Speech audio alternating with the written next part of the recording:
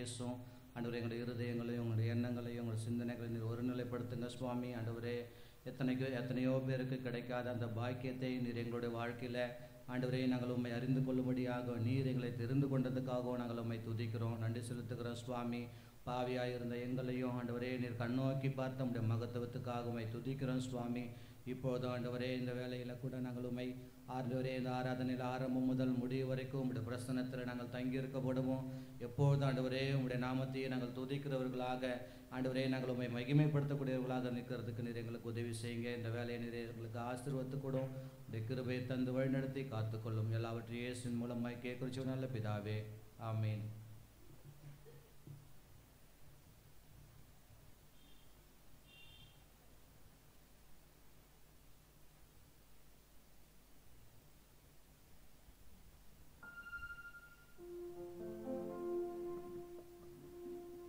இந்த காலை வேளை ஆராதனைக்கு நாம் எழுமை நின்று இயேசுவின் நாமம் எல்லாவற்றுக்கும் மேலான நாமம் என்ற பாடலை எழுமை நின்று முதல் பாடலாக இந்த காலை வேளை ஆராதனைக்கு எழுமை நின்று நாம் பாடுவோம்.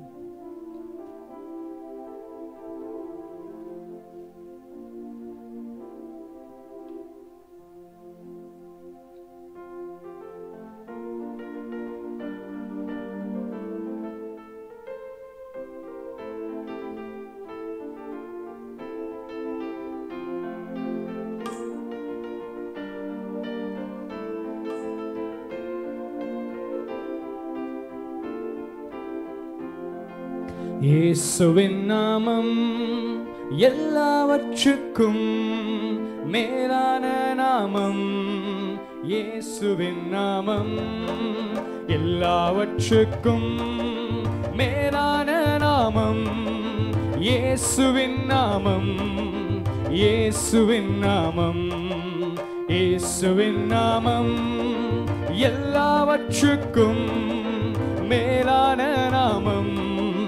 இயேசுவின் நாமம் எல்லாவற்றுக்கும் மேலான நாமம். இயேசுவின் நாமம், இயேசுவின் கரங்களை தட்டி மீண்டும் சொல்லுவோமா? இயேசுவின் நாமம் எல்லாவற்றுக்கும் மேலான நாமம். இயேசுவின் நாமம் எல்லாவற்றுக்கும் மேலான நாமம். இயேசுவின் நாமம், இயேசுவின் நாமம் துரைத்தனத்திற்கும் அதிகாரத்திற்கும் பேய் பிசாசின் தந்திரத்திற்கும் சொல்லுவோமா? துரைத்தனத்திற்கும் அதிகாரத்திற்கும் பேய் பிசாசின் தந்திரத்திற்கும் எல்லாவற்றுக்கும் எல்லாவற்றுக்கும் மேலான நாமம்.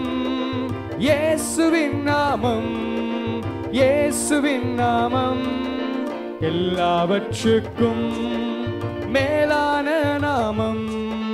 இயேசுவின் நாமம், இயேசுவின் நாமம் எல்லாவற்றுக்கும் மேலான நாமம்.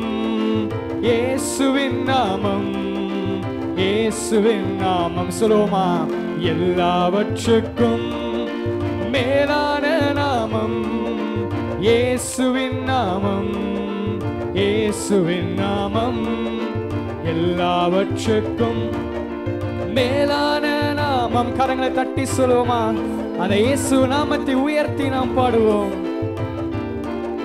வல்லமைக்கும் கர்த்தத்துவத்திற்கும் இம்மையிலும் மறுமையிலும் வல்லமைக்கும் கர்த்தத்துவத்திற்கும் இம்மையிலும் மறுமையிலும் எல்லாவற்றுக்கும் மேலான நாமம்.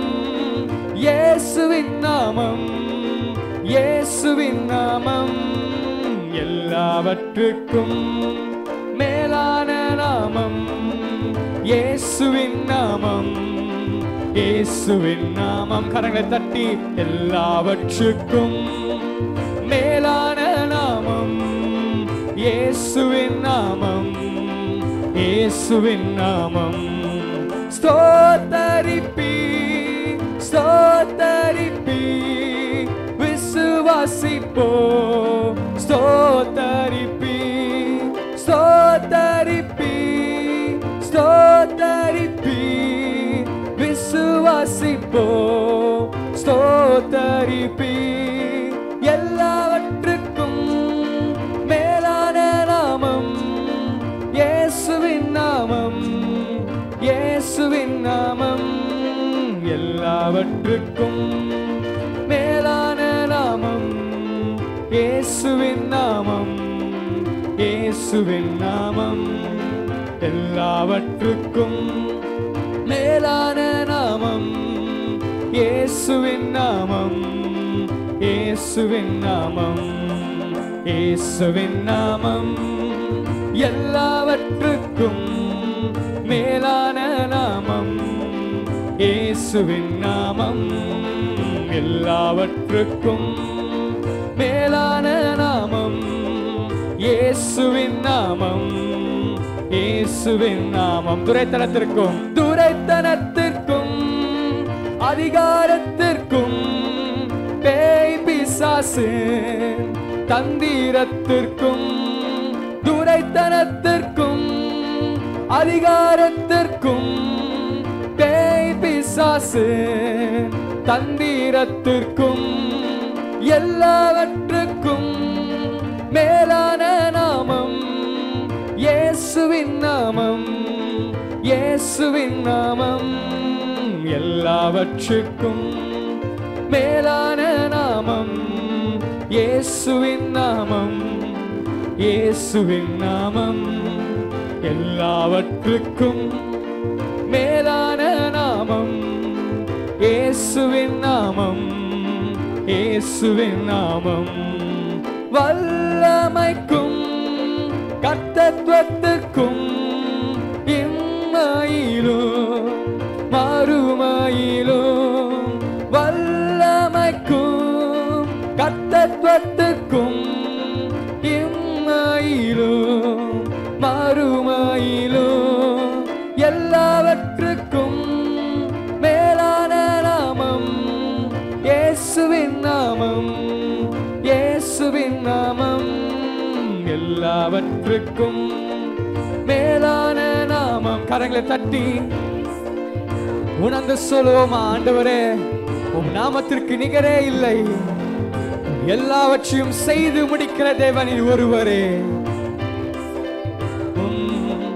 இயேசுவின் நாமம். ஸ்தோத்தரிப்பீர் சொல்லுவோம். ஸ்தோத்தரிப்பீர் ஸ்தோத்தரிப்பீர் விசுவாசிப்போ ஸ்தோத்தரிப்பீர் சொல்லுவோமா. ஸ்தோத்தரிப்பீர் ஸ்தோத்தரிப்பீர் விசுவாசிப்போ ஸ்தோத்தரிப்பீர். எல்லாவற்றுக்கும் மேலான நாமம் இயேசுவின் நாமம், இயேசுவின் நாமம்.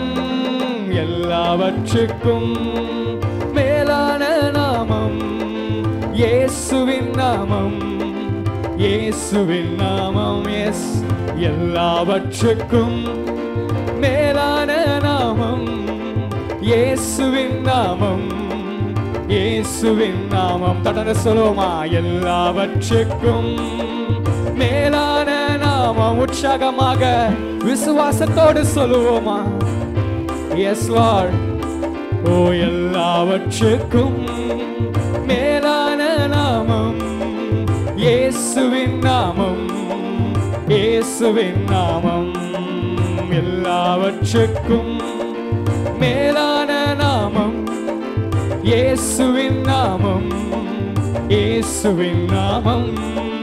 எல்லாவற்றுக்கும் மேலான நாமம் இயேசுவின் நாமம், இயேசுவின். அதிக விசுவாசத்தோடு எல்லாவற்றுக்கும் உணர்ந்து சொல்லுவோமா.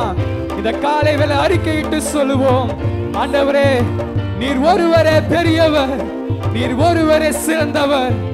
எங்க வாழ்க்கையிலும் சரி, இந்த உலகத்திலும் சரி, உங்களுடைய நாமத்துக்கு நிகர் வேறு எதுவுமே இல்லை. Yes lord. இன்னும் மீண்டும் சொல்லுவோமா? எல்லாவற்றுக்கும் மேலான நாமம் இயேசுவின் நாமம். எங்க வாழ்க்கையை தொட்ட நாமம், எங்களை சந்தித்த நாமம், மேலான நாமம் இயேசுவின் நாமம், இயேசுவின் நாமம். எல்லாவற்றுக்கும் கரங்களை உயர்த்தி மேலான நாமம் இயேசுவின் நாமம், இயேசுவின் நாமம். எல்லாவற்றுக்கும் மேலான நாமம் இயேசுவின் நாமம், இயேசுவின் நாமம். கடைசியா ஒரே முறை இந்த பாடலை ஜெப சிந்தையோட சரணத்தை சொல்லி நம் அடுத்த பாடலுக்கு கடந்து போலாம். உண்மையாக தேவன் அந்த மேலான நாமத்தை நம்ம வாழ்க்கையில கொடுக்கலனா இந்த உலகத்தின் ஆசாபாசங்கள் பின்னாக செஞ்சு உலகத்தின் நீதியை நம்பி உலகத்தின் நியாயங்களை நம்பி எப்பயோ நம்ம அழிந்து போயிருப்போம். ஆனா துரைத்தனங்களையும் அதிகாரங்களையும் முறித்தெடுக்கிற பிசாசின் தலையை நசுக்கின அந்த தெய்வீக நாமம் நம் இயேசுவின் நாமம். அதற்கு நிகரான வல்லமைகள், அதற்கு நிகரான நாமங்கள், அதற்கு நிகரான பலன்கள் ஒன்றுமே கிடையாது. எல்லாவற்றுக்கும் மேலான நாமம். சொல்லுவோமா? கரங்களை உயர்த்தி கடைசியாக விசுவாசத்தின் நம்பிக்கையோட, காணப்படாத விசுவாசத்தின் நம்பிக்கையோட தேவனை நோக்கி நம்ம சொல்லுவோமா? கரங்களை உயர்த்தி எல்லாவற்றுக்கும் மேலான நாமம் இயேசுவின் நாமம், இயேசுவின் நாமம். எல்லாவற்றுக்கும் மேலான நாமம் இயேசுவின் நாமம், இயேசுவின் நாமம். ஓ, எல்லாவற்றுக்கும் மேலான நாமம் இயேசுவின் நாமம், இயேசுவின் நாமம். எல்லாவற்றுக்கும் மேலான நாமம் இயேசுவின் நாமம், இயேசுவின் நாமம். கரங்களை தட்டி ஆண்டவருக்கு நன்றி சொல்லுவோமா? எஸ், உமக்கு நிகரான தேவன் இந்த உலகத்திலும் சரி, எந்த வான மண்டலங்களிலும் சரி, உமக்கு நிகரான சக்தியோ, உமக்கு நிகரான பலமோ, உமக்கு நிகரான தெய்வமோ ஒருவரும் ஒரு காலமும் இருக்க முடியாது. நன்றி ஆண்டவரே, நன்றி. அவரை அமர்ந்து கொள்வோமா? எவ்வளவு அழகான பிரசன்னத்தை, எவ்வளவு தெய்வீகமான சமூகத்தை தேவன் அந்த காலையிலே நமக்கு கொடுத்திருக்கிறார். உண்மையாக நம்மளை வாளாக்காமல், நம்மளை தலையாக்கி, நம்மளை கீழாக்காமல் நம்மளை மேலாக்குற தெய்வம் இயேசு கிறிஸ்து ஒருவர் மாத்திரமே.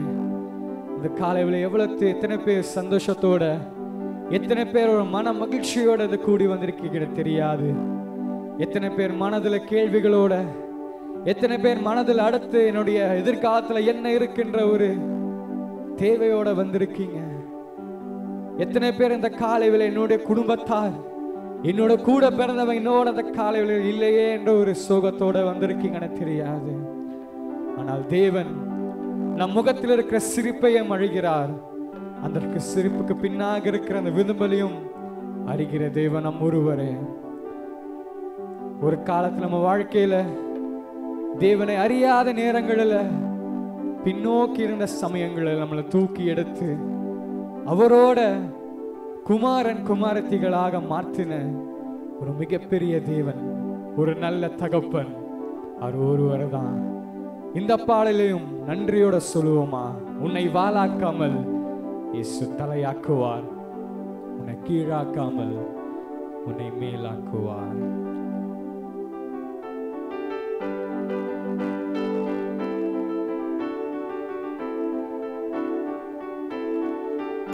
உன்னை வாளாக்காமல் இயேசு தலையாக்குவார். உன்னை கீழாக்காமல் இயேசு மேலாக்குவார். உன்னை வாளாக்காமல் இயேசு தலையாக்குவார்.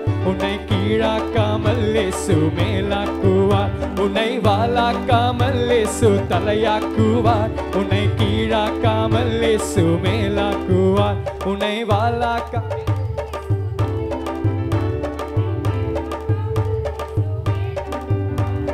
ஜெயம் ஜெயம் அல்லேலூயா, ஜெயம் ஜெயம் அல்லேலூயா, ஜெயம் ஜெயம் அல்லேலூயா, ஜெயம் ஜெயம் அல்லேலூயா. உன்னை வாளாக்காமல் உன்னை வாளாக்காமல் இயேசு தலையாக்குவார். உன்னை கீழாக்காமல் இயேசு மேலாக்குவார்.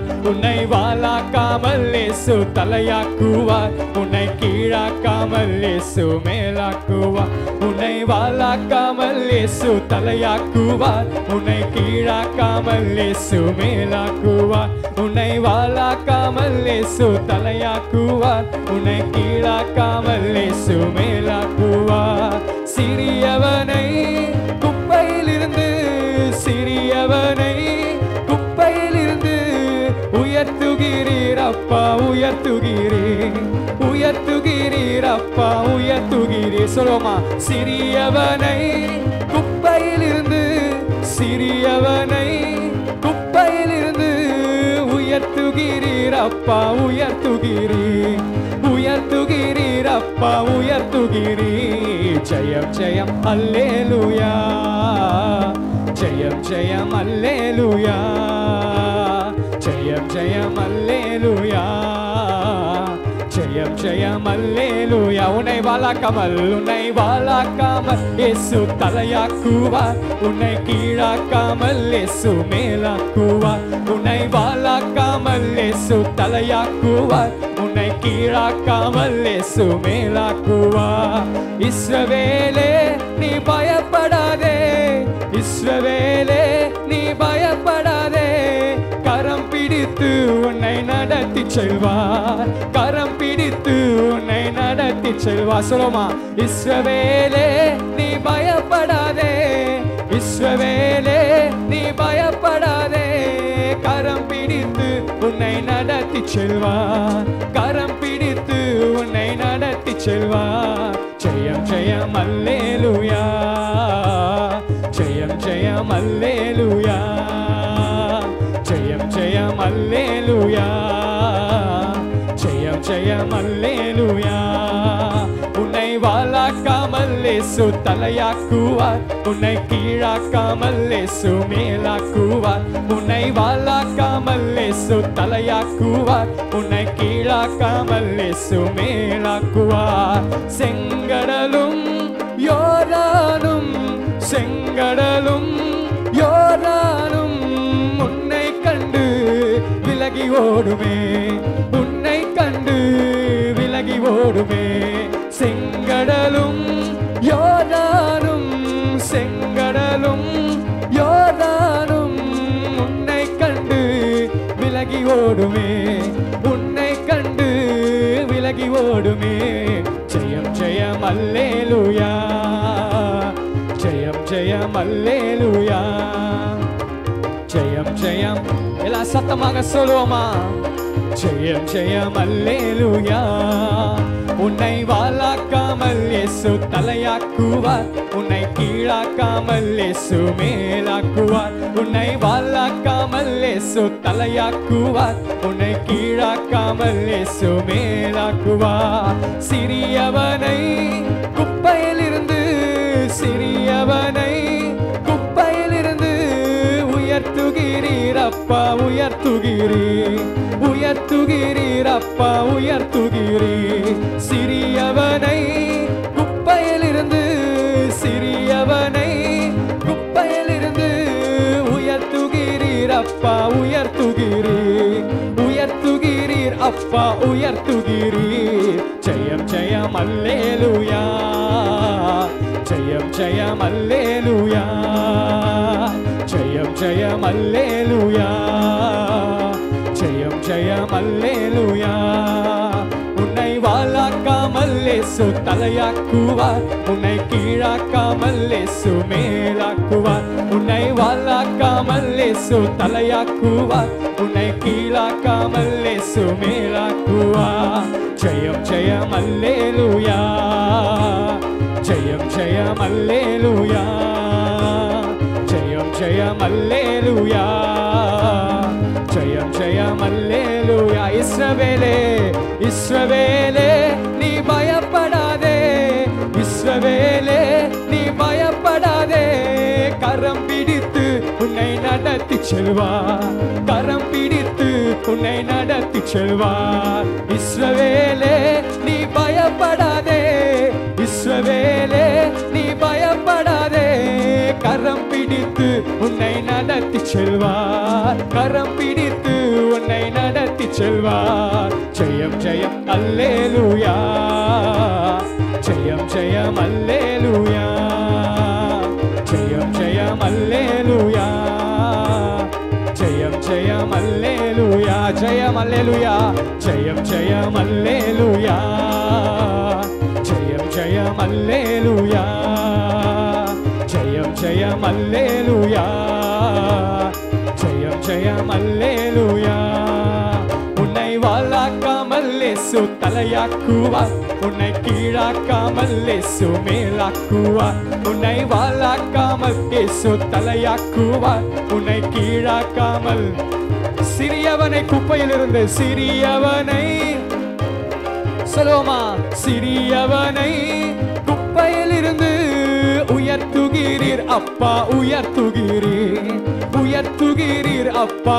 உணர்ந்து சொல்லுவோமா, சிறியவனை குப்பையிலிருந்து, சிறியவனை குப்பையிலிருந்து உயர்த்துகிறீர் அப்பா, உயர்த்துகிறீர், உயர்த்துகிறீர் அப்பா, உயர்த்துகிறீர். ஜெயம் ஜெயம் அல்லேலூயா, ஜெயம் ஜெயம் அல்லேலூயா. கரங்களை தட்டி உற்சாகமா சத்தமாக சொல்லுவோம், அறிக்கையிட்டு சொல்லுவோம்,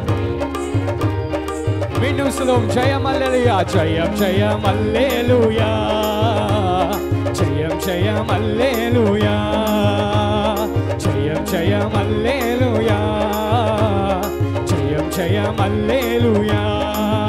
உன்னை வாளாக்காமல் இயேசு தலையாக்குவார், உன்னை கீழாக்காமல் இயேசு மேலாக்குவார். உன்னை வாளாக்காமல் இயேசு தலையாக்குவார், உன்னை கீழாக்காமல் இயேசு மேலாக்குவார்.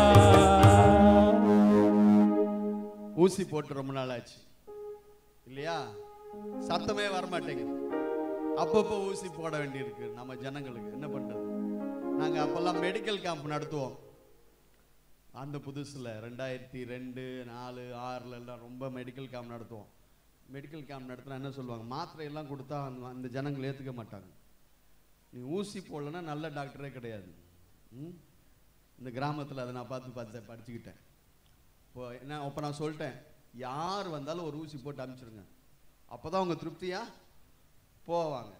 இப்போ அந்த மாதிரி நம்ம ஆளுங்க, நம்ம ஜனங்க, அதாவது நீங்கள் பாட்டு பாட சொன்னால் நம்ம கச்சேரி கேட்கறதுக்காக உட்காந்துருக்குற மாதிரி உட்காந்துருக்கோம். பாட்டு நீங்கள் பாடணும், சரியா? இப்போ சிறியவனை குப்பையிலிருந்து, யார் அந்த சிறியவன்? நீங்க தானே. எங்கேருந்து எடுத்தாரு? குப்பையிலேருந்து எடுத்தாரு. அது எப்படி சொல்லணும்? சிறியவனை குப்பையிலிருந்து, சிறியவன். இப்படியா பாடுறது? என்னை எங்கேருந்து எடுத்திருக்கிறாரு? சந்தோஷமா சொல்லணும், உற்சாகமா சொல்லணும். அப்ப நீங்களே இவ்வளவு லோவா சொன்னா வெளியில இருக்க இன்னும் எத்தனையோ பேர் குப்பையில இருக்கிறாங்க. குப்பை என்ன பாவம்? பாவத்துல இருக்கிறாங்க. அப்ப அவங்களெல்லாம் நம்மள ஆண்டவர் பாவத்துல இருந்து தூக்குனதை எப்படி சொல்லணும்? சந்தோஷமா சொல்லணும். நீங்க என்ன வருத்தத்தோட சொல்றீங்க. இப்ப நீங்க சத்தமா பாடுறீங்க, இந்த மியூசிக்கை விட உங்க சத்தம் கேட்கணும். ஆரம்பிக்கலாமா? 1 2 3 ஸ்டார்ட். சிறியவனை, மியூசிக்கே வேண்டாம், உங்க கை தட்டு தான்.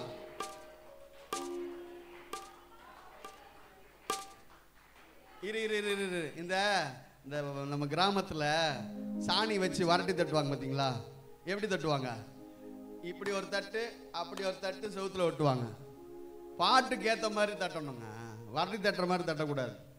அதெல்லாம் வெளியே சர்ச்சுக்குள்ள வந்து ஆண்டவர் ஆராதிக்கும் போது அழகா மெட்டோட தட்டணும். சிறியவனை குப்பையிலிருந்து, சிறியவனை குப்பையிலிருந்து, சொல்லுங்க.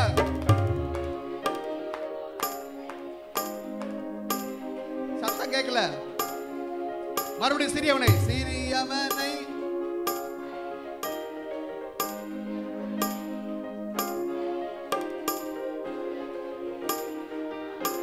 இன்னும் சத்தமா, ஜெயம் ஜெயம். சத்தமா,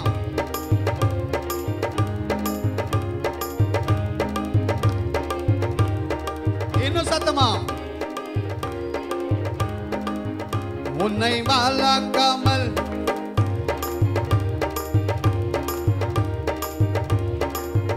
உன்னை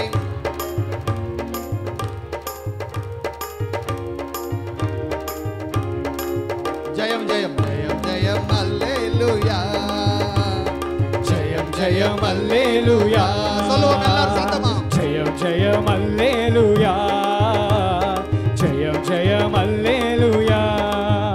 உன்னை வாழாக்காமல் இயேசு தலையாக்குவார், உன்னை கீழாக்காமல் இயேசு மேலாக்குவார். உன்னை வாழாக்காமல் இயேசு தலையாக்குவார், உன்னை கீழாக்காமல் இயேசு.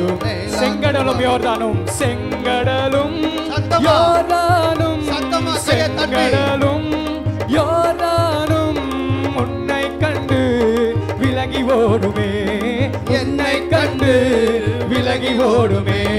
செங்கடலும் யோர்தானும், செங்கடலும் யோர்தானும் உன்னை கண்டு விலகி ஓடுமே, உன்னை கண்டு விலகி ஓடுமே.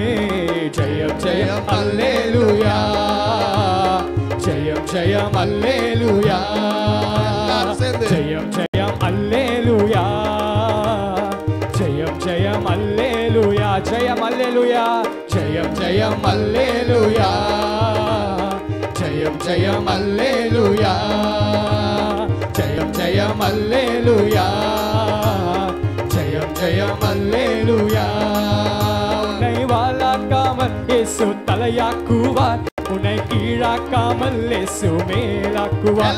உன்னை வாழாக்காமல் இயேசு தலையாக்குவார், உன்னை கீழாக்காமல் இயேசு மேலாக்குவார். உன்னை வாழாக்காமல் இயேசு தலையாக்குவார், உன்னை கீழாக்காமல் இயேசு மேலாக்குவார். உன்னை வாழாக்காமல் இயேசு தலையாக்குவார், உன்னை கீழாக்காமல் இயேசு மேலாக்குவார். ஜெயம் ஜெயம் அல்லேலூயா, ஜெயம் ஜெயம் அல்லேலூயா, ஜெயம் ஜெயம் அல்லேலூயா, ஜெயம் ஜெயம் அல்லேலூயா. I live for Jesus day after day.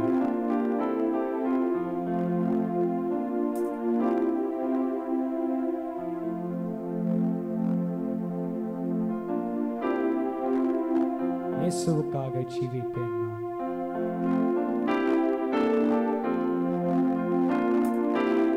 இயேசுவுக்காக ஜீவிப்பேன் நான், என்ன வந்தாலும் அஞ்சிடே நான். ஆவியின் சத்தம் கீழ்ப்படிவேன், இயேசுவுக்காக ஜீவிப்பேன் நான். சொல்லுவோமா? இயேசுவுக்காக ஜீவிப்பேன் நான், என்ன வந்தாலும் அஞ்சிடே நான். ஆவியின் சத்தம் கீழ்ப்படிவேன், இயேசுவுக்காக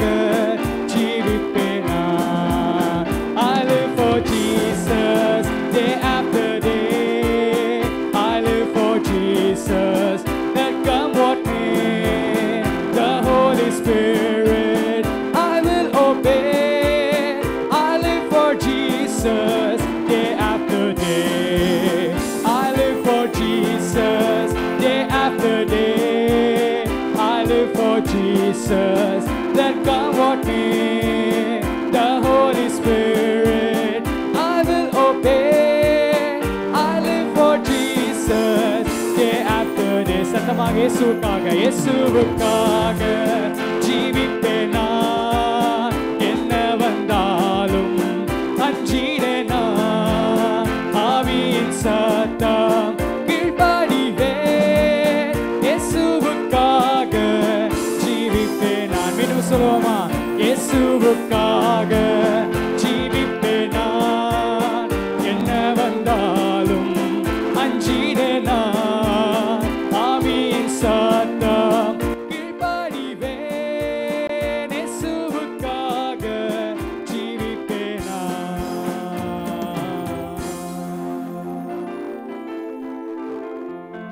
செருப்பாக எழும்பி நின்று ஒரு வார்த்தை சொல்லும் கர்த்தாவே, எங்கள் வாழ்க்கையெல்லாம் செழிப்பாகுமே என்ற பாடலை செய்த முன்பாக எழுப்பி நாம் பாடுவோம்.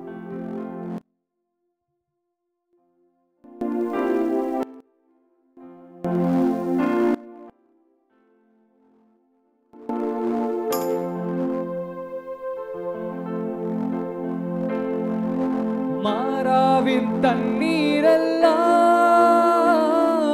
மதுரமாக மாறி போகும். மாறாவின் தண்ணீரெல்லாம் மதுரமாக மாறி போகும். சொல்லுவோமா? மாறாவின் தண்ணீரெல்லாம் மதுரமாக மாறி போகும். கண்ணீர் கண்ணீர் மாறிடும், துக்கம் மாறிடும். கண்ணீர் மாறிடும், துக்கம் மாறிடும். ஒரு வார்த்தை சொன்னால் போதுமே. கரங்களை தட்டி நீ ஒரு வார்த்தை சொன்னால் போதுமே. ஒரு வார்த்தை சொல்லும் கர்த்தாவே, எங்கள் வாழ்க்கையெல்லாம் செழிப்பாகுமே. ஒரு வார்த்தை சொல்லும் கர்த்தாவே, உம் வார்த்தையிலே சுகம், உம் வார்த்தையிலே மதுரம். உம் வார்த்தையிலே சுகம், உம் வார்த்தையிலே மதுரம். உம் வார்த்தையிலே எல்லாம் சந்தோஷம். உம் வார்த்தையிலே எல்லாம் சந்தோஷம். உம் வார்த்தையிலே சுகம், உம் வார்த்தையிலே மதுரம். உம் வார்த்தையிலே சுகம், உம் வார்த்தையிலே மதுரம். உம் வார்த்தையிலே எல்லாம் சந்தோஷம். உம் வார்த்தையிலே எல்லாம் சந்தோஷம். ஒரு வார்த்தை சொல்லும் கர்த்தாவே, எங்கள் வாழ்க்கையெல்லாம் செழிப்பாகுமே. ஒரு வார்த்தை சொல்லும் கர்த்தாவே, இருளான வாழ்க்கையெல்லாம் ஒளியாக மாறி போகும். இருளான வாழ்க்கையெல்லாம் ஒளியாக மாறி போகும். கண்ணீர் மாறிடும், துக்கம் மாறிடும். கண்ணீர் மாறிடும், துக்கம் மாறிடும். ஒரு வார்த்தை சொன்னால் போதுமே. நீ ஒரு வார்த்தை சொன்னால் போதுமே. ஒரு வார்த்தை சொல்லும் கர்த்தாவே, எங்கள் வாழ்க்கையெல்லாம் செழிப்பாகுமே. ஒரு வார்த்தை சொல்லும் கர்த்தாவே, எரிகோவின் தடைகள் எல்லாம் துதிகளாலே மாறி போகும். எரிகோவின் தடைகள் எல்லாம் துதிகளாலே மாறி போகும். கண்ணீர் மாறிடும், துக்கம் மாறிடும். கண்ணீர் மாறிடும், துக்கம் மாறிடும். ஒரு வார்த்தை சொன்னால் போதுமே. நீ ஒரு வார்த்தை சொன்னால் மீண்டும் சொல்லமா? எரிகோவின் தடைகள், எரிகோவின் தடைகள் எல்லாம் துதிகளாலே மாறி போகும். எரிகோவின் தடைகள் எல்லாம் துதிகளாலே மாறி போகும். கண்ணீர் மாறிடும், துக்கம் மாறிடும். கண்ணீர் மாறிடும், துக்கம் மாறிடும். ஒரு வார்த்தை சொன்னால் போதுமே. நீ ஒரு வார்த்தை சொன்னால் போதுமே. ஒரு வார்த்தை சொன்னால் போதுமே. நீ ஒரு வார்த்தை சொன்னால் போதுமே. ஒரு வார்த்தை சொல்லும் கர்த்தாவே, எங்கள் வாழ்க்கையெல்லாம் செழிப்பாகுமே.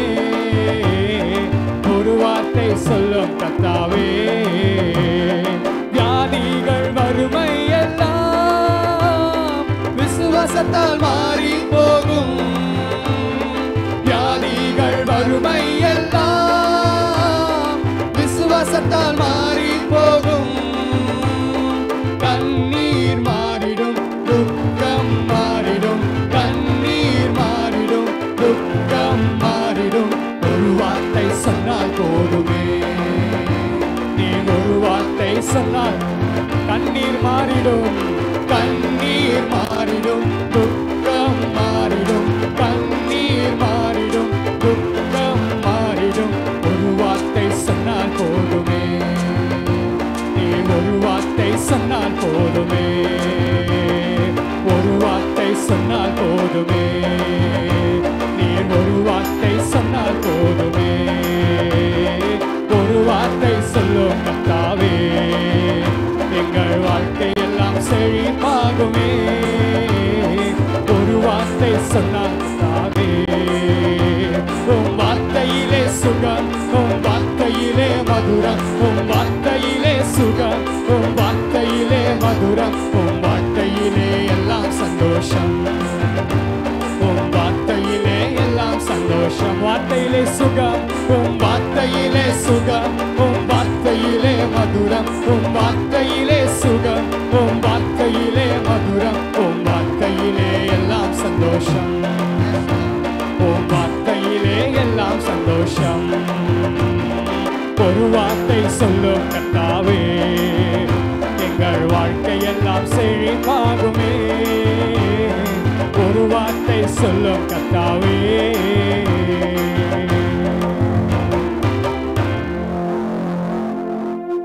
ஆமாண்டவரே, இந்த காலவேளை நீர் ஒரு வார்த்தை மாத்திரம் சொல்லும், எங்க சூழ்நிலைகள் எல்லாம் மாறும். எங்கள் நிலைமைகள் எல்லாம் மாறும். எங்கள் வழிகள் எல்லாம் மாறும். எங்கள் வேதனைகள் எல்லாம் மாறும். எங்கள் குழப்பங்கள் எல்லாம் மாறும். எங்கள் கண்ணீர் எல்லாம் மாறும். இருள் நீங்கி வெளிச்சம் வரும். சோர்வு நீங்கி நம்பிக்கை வரும். ஆண்டவரே, நம்முடைய வார்த்தை சகலத்தையும் செய்ய வல்லது. இந்த வார்த்தையில் இருக்கிற வல்லமை, இந்த வார்த்தையில் இருக்கிற ஜீவன், இந்த மதுரமான இனிமையான தேனிலும் தெளித்தேனிலும் அதிக மதுரமான நம்முடைய வார்த்தை ஆண்டவரே இன்றைக்கு எத்தனை பேருடைய வாழ்க்கையை மாற்றிக்கொண்டிருக்கிறது. எங்களுடைய ஒவ்வொருத்தருடைய வாழ்க்கையும் உம்முடைய வார்த்தை மாற்றினது. உம்முடைய வாக்குத்தத்தங்கள் மாற்றினது. ஆண்டவரே, மரணத்துக்கு நேராக ஓடிக்கொண்டிருந்த என்னை உம்முடைய வார்த்தை, அந்த சத்தம் என்னை மாற்றினது. அதுபோல ஆண்டவரே, இன்னும் எத்தனையோ மக்கள் தேவரீர் உலகத்தில் நம்பிக்கை இல்லாம, நிம்மதி இல்லாம, சந்தோஷம் இல்லாம, ஆண்டவரே எந்த ஒரு நிச்சயம் இல்லாமல் எத்தனையோ மக்கள் இன்னைக்கு வாழ்ந்து கொண்டிருக்கிறத பார்க்கிறோம். வாழ்க்கை போற போக்குல அப்படியே ஆண்டவரே ஒரு செத்த மீன் தண்ணியில அடிச்சுட்டு போற மாதிரி, ஒரு பதர் காற்றுக்கு அடித்து கொண்டு போகிறதை போல எத்தனையோ மக்களுடைய வாழ்க்கை இன்னைக்கு திசை தெரியாம, ஆண்டவரே வழி தெரியாம, காற்று அடிக்கிற திசையில இன்னைக்கு ஓடிக்கொண்டிருக்கிற அநேகருடைய வாழ்க்கையின் மத்தியில ஒரு சிலராகி எங்களுக்கு உம்முடைய வார்த்தையை கொடுத்ததுனால எங்களுக்கு இதுதான் வாழ்க்கை, இப்படிதான் வாழணும், இப்படிதான் போகணும், இதுதான் வழின்னு சொல்லி எங்களை வாழ வைத்திருக்கிற தெய்வம் நன்றியோடு துதிக்கிறோம். தேவரீர் இந்த காலை வேளையில உம்முடைய வேதத்தின் ஆண்டவரே வெளிச்சத்துல எங்க வாழ்க்கையை நாங்கள் மற்றும் ஒரு முறை பரிசோதித்து பார்க்க நீர் எங்களுக்கு கிருபை தாரும். ஆண்டவரே, எங்களோடு நீர் பேசும். இயேசுவின் மூலமாய் கேட்கிறோம் எங்கள் நல்ல பிதாவே, ஆமென்.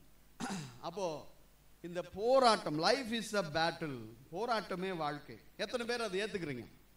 ஆமையா, பார்க்குறேன் வாசல்ல நிக்குது, எங்க போனாலும் நிக்குது. போராட்டமே வாழ்க்கை. ஆனா போராட்டம் நம்முடைய வாழ்க்கையில இருந்தாலும் தேவன் நம்மோடு கூட இருக்கிறார். அதுதான் நமக்கு ஒரு பெரிய, இந்த உலகத்தில் இருக்கிற மக்களுக்கு இதுதான். நீங்க பாத்தீங்கன்னா நிறைய வாட்ஸ்அப் வீடியோஸ்லாம் பாத்தீங்கன்னா திடீர்னு நடந்து போயிட்டே இருப்பாங்க, அப்படியே ஒரு கார் வந்து அடிச்சு அப்படியே அவரை தூக்கி போட்டு போயிடும். ஒரு பெரிய ஆக்சிடென்ட். அப்போ அந்த மரித்து போன மனிதருடைய குடும்பத்தை யோசிச்சு பாருங்க. அவரையே நம்பி இருக்கிற அவருடைய மனைவி, பிள்ளைகள், அந்த குடும்பத்தினுடைய பிரெட் வின்னர், அவர் தான் சம்பாதிக்கிறவர். அவர் மரித்து போறார் ஒரு ஆக்சிடென்ட்ல. அந்த குடும்பத்தினுடைய நிலைமை என்ன? இப்படி எதர்ச்சியா, எதிர்பார்க்காத நேரத்துல சில சம்பவங்கள், சில காரியங்கள் நம்முடைய வாழ்க்கையில நடக்கும் பொழுது நிறைய நேரத்துல நாம சோர்ந்து போறோம். உலகத்துல இருக்கிற மக்களுக்கு திசை தெரியல, திக்கு தெரியல. ஆனால் நீங்களும் நானும் இயேசுங்கிற நாமத்தை அறிந்திருக்கிறோம். நீ காலையில முதல் பாடல், அருமையான பாடல், இயேசுவின் நாமம் எல்லாவற்றுக்கும் மேலான நாமம். அந்த இயேசுவின் நாமத்தை நாம் அறிந்திருக்கிறதுனால நீங்களும் நானும் பாக்கியவான்கள். சொல்லுங்க, நான் பாக்கியவான். சத்தமா சொல்லுங்க, நான் பாக்கியவான். அப்போ நம்முடைய வாழ்க்கையில போராட்டங்கள் வரும் பொழுது அதை குறித்து பயப்பட வேண்டியது இல்லை. ஆனா பொதுவாகவே பார்த்தீங்கன்னா life is full of adversities. வாழ்க்கை முழுவதுமே போராட்டங்கள். வேலைக்கு போனா போராட்டம், அந்த வேலை செய்கிற இடத்துல ஒரு ஸ்ட்ரெஸ் வருது, ஒரு மன அழுத்தம் வருது, அதன் நிமித்தமா போராட்டம். குடும்பத்துக்குள்ள வந்தா போராட்டம். பிள்ளைகளை பார்க்கும்போது, அவர்களுடைய காரியங்களை நினைக்கும் போது அது நமக்கு ஒரு மன அழுத்தத்தை கொடுக்குது, அது ஒரு போராட்டம். இப்படி எல்லா வகையிலும் போராட்டங்களை நம்ம பார்த்துக்கிட்டே இருக்கோம். சரி, வெளியில இருக்கிறவங்க மற்றவங்க மூலமா தான் போராட்டம்னு பார்த்தா என்னாலேயே எனக்கு போராட்டம் வருது. நான் நன்மை செய்து தேவ வசனத்தின்படி வாழணும்னு நினைக்கும் போது என்ன ஆகுது? எனக்குள்ளேயே ஒரு போராட்டம் நடக்குது. இதை செய்யணுமா, இது இப்படி நடக்கணுமா, இதெல்லாம் முடியலையே அப்படின்னு எனக்குள்ள ஒரு பெரிய போராட்டம் இருக்கிறது. இப்ப இந்த போராட்டங்கள்லயே தான் நாம் மூழ்கி போயிருக்கிறோம். பக்கத்துல கைப்பிடிச்சு சொல்லுங்க. நேத்து தான் நான் பேசிட்டு இருக்கும்போது சொல்லிட்டு இருந்தேன், போராட்டமே இல்லைன்னா வாழ்க்கை டேஞ்சரை நோக்கி போயிட்டு இருக்கு. ஏன் அதை சொல்றேன்னா, போராட்டம் இருந்துகிட்டே இருந்ததுன்னா ஒரு காரியம் தெரியுது, என்னுடைய வாழ்க்கை சாத்தான பாதிச்சுக்கிட்டே இருக்குது. அதனாலதான் அவன் என் வழியில அப்பப்ப குறுக்கிட்டே இருக்கிறான், என்னை போராட்டத்துல தள்ளிக்கிட்டே இருக்கிறான், நெருக்கத்தை கொடுத்துக்கிட்டே இருக்கிறான். ஏன்னா வசனம் சொல்லுது, அவன் கெர்ச்சிக்கிற சிங்கத்தை போல. எங்க இருக்குது இந்த வசனம்? பைபிள் இருக்குன்னு சொல்லிட்டாதீங்க. எங்க இருக்குது இந்த வசனம்? கெர்ச்சிக்கிற சிங்கத்தை போல எவனை விழுங்கலாமோ என்று வகை தேடி சுற்றி திரிகிறான். எங்க இருக்கு? எங்கேயோ இருந்துட்டு போகுது, எனக்கு என்ன அதுப்பா அப்படின்றீங்களா? 1 பேதுரு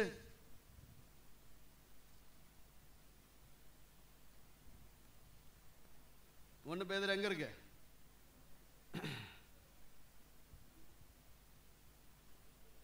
5:8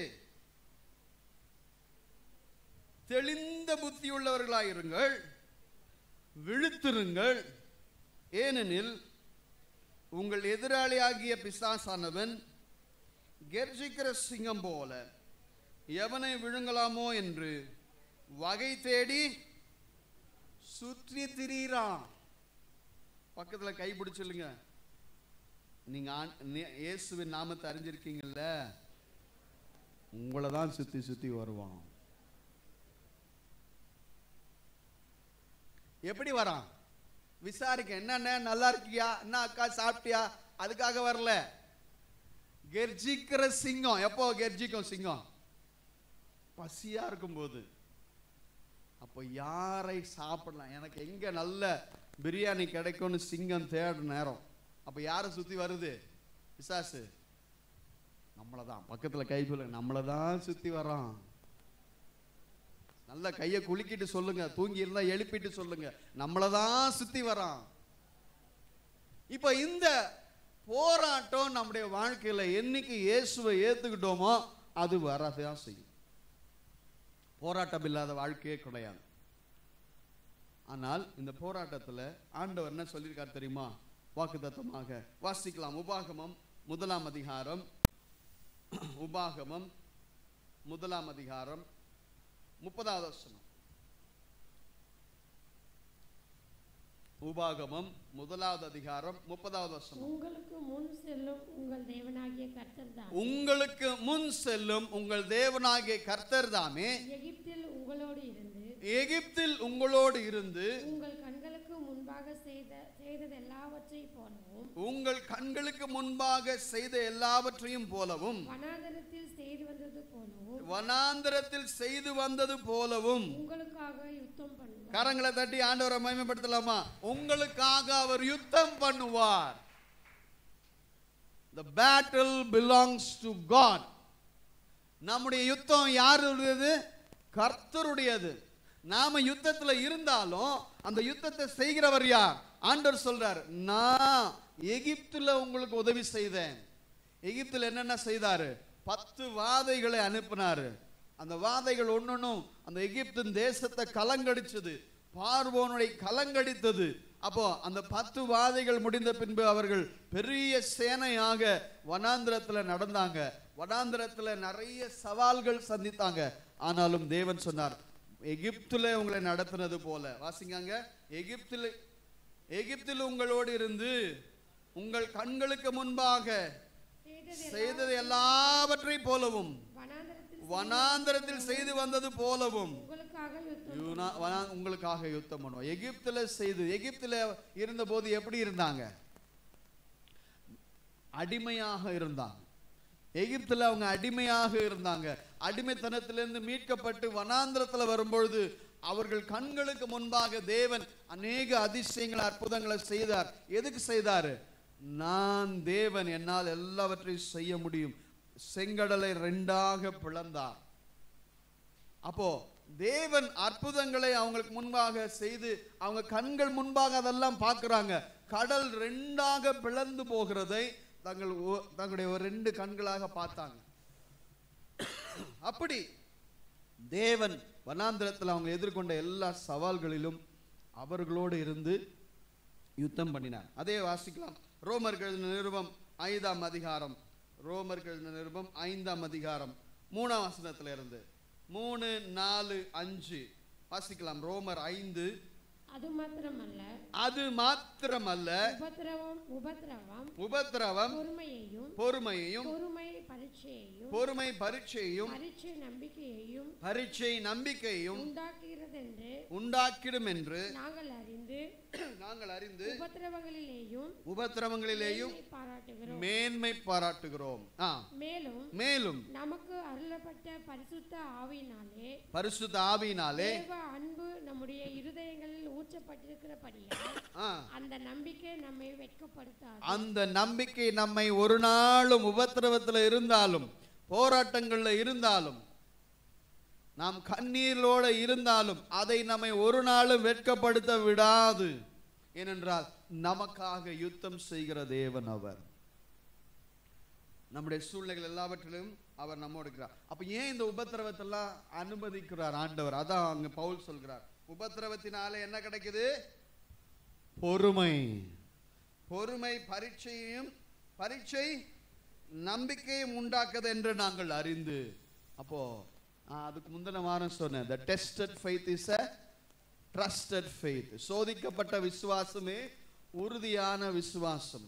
அப்போ அப்படி சோதனைகள் அப்படி சோதிக்கப்படும் பொழுது அந்த விசுவாசம் உறுதியாகுது.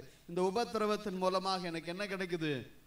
பொறுமையை ஆண்டவர் கற்றுக் கொடுக்கிறார். பரீட்சையில நம்பிக்கையை கொடுக்கிறார்.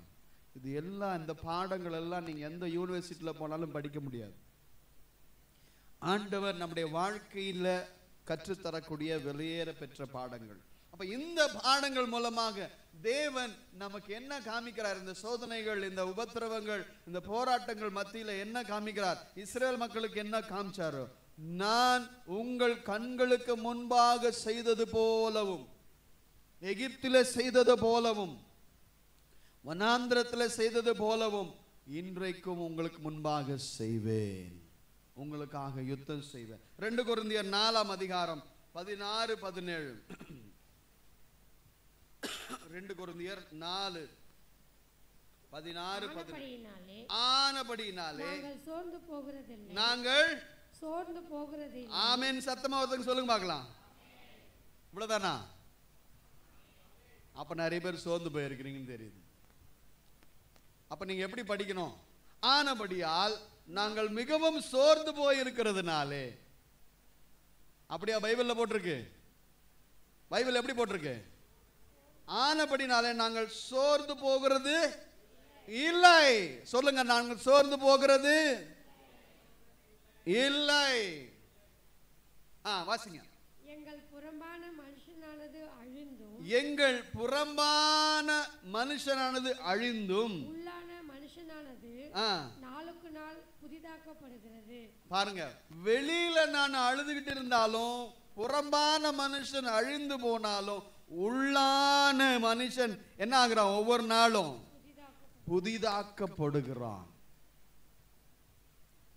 வெளியில பார்க்கறதுக்கு தான் ஐயோ இவன் சோகமா இருக்கான், இவன் சோர்ந்து போயிருக்கான்னு உலகத்துக்கு தெரியலாம். வெளியில பார்க்கும்போது இவன் இயேசுவை நம்பினாலும் எத்தனை பிரச்சனையா, நீ இயேசுவை ஏத்துக்கிட்டு உனக்கு என்ன பிரயோஜனம்? நீ இவ்வளோ கஷ்டத்துல இருக்கிற, இவ்வளவு கடல்ல இருக்கிற, இவ்வளவு வியாதியோட போராடிட்டு இருக்கிற, இவ்வளவு பிரச்சனையோட இருக்கிறேன்னு உலகத்துல இருக்கிற மக்கள் சொன்னாலும், என் உள்ளான மனுஷன் ஒவ்வொரு நாளும் புதிதாகிறத உலகத்துல இருக்கிறவங்க பார்க்க முடியாது. எத்தனை பேர் ஆமென் சொல்றீங்க?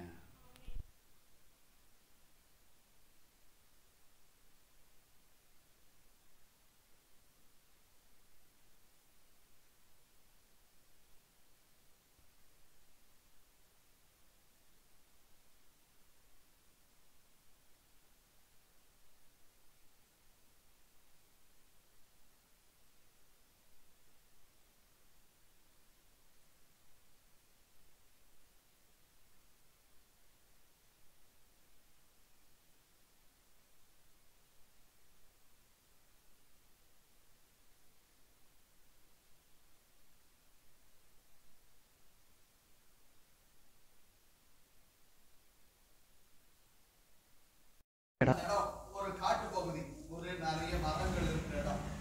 அந்த இடத்துல போய் உட்கார்ந்துட்டு இருக்க, கொஞ்ச நேரம் ரிலாக்ஸ் பண்ணலாம் பார்க்கும்போது அங்க கூட்டமா எறும்புகள், எறும்பு கூட்டம். அங்க பல வகையான எறும்புகள் இருக்குது. எறும்பு ரெண்டுமே இருக்கு. அப்போ ரெண்டு எறும்புக்குள்ள நல்ல பயங்கரமான சண்டை. கருப்பு எறும்பு எப்படி இருக்கும்? நல்ல கொஞ்சம் பெருசா இருக்கும். சிகப்பு எறும்பு கொஞ்சம் சின்னதா இருக்குது. ஆனா ரெண்டு பேரும் பயங்கரமா சண்டை போடுறாங்க.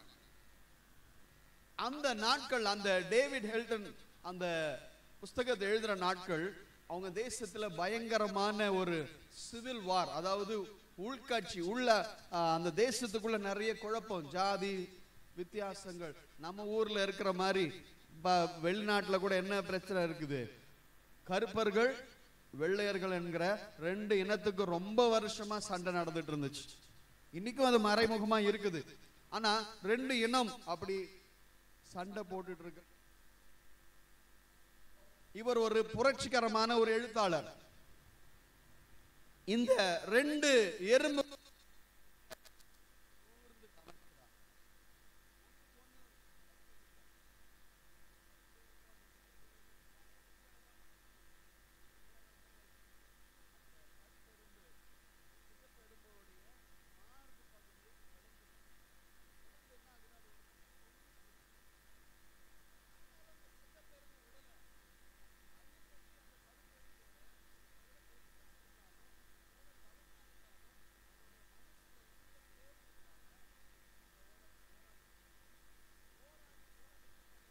அந்த கருப்பெரும்புடைய ஒரு கொடுக்க கட் பண்ணிடுச்சு. இப்ப இந்த பக்கம் அந்த சிகப்பெரும்புடைய மார்பு பகுதி தொங்கிட்டு இருக்கு. இப்ப இதை கடிச்சதுனால கருப்பெரும்புடைய இன்னொரு கொடுக்கு தொங்கிட்டு இருக்கு. இப்ப ரெண்டு பேரும் சளைக்காம சண்டை போட்டுக்கிட்டே இருக்கிறாங்க.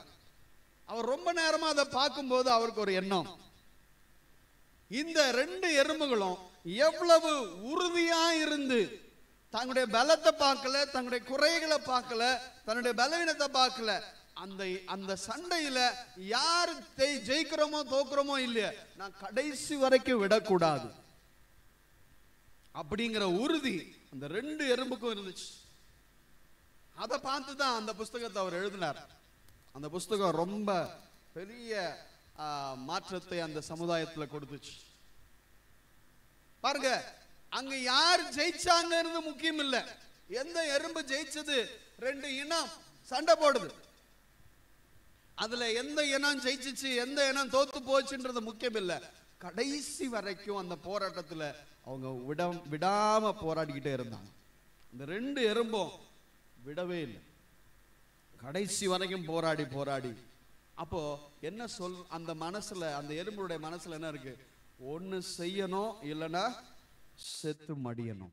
டூ ஆர் டை அப்படிங்கிற ஒரு உறுதியான மனப்பான்மை அந்த எறும்புக்குள்ள இருக்கிறத அந்த டேவிட் ஹெல்டன் பார்த்தார். அப்போ இன்னைக்கு மனுஷனுடைய வாழ்க்கையில இப்படித்தான் நாம சந்திக்கிற எந்த பிரச்சனையும் இப்படிதான் நம்ம அணுகணும்.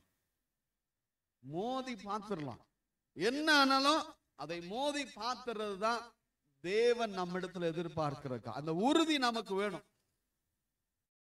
யார் ஜெயிக்கிறாங்க, யார் தோக்குறாங்க, நான் எப்படிப்பட்ட நிலைமையில இருக்கிறேன், எந்த குறைவுல இருக்கிறேன், அதெல்லாம் முக்கியம் இல்ல. போராடுகிற குணம் எனக்கு வேணும். அதனால்தான் பவுல் சொல்லுகிறார், தீமோத்தேயு 2ஆம் அதிகாரம்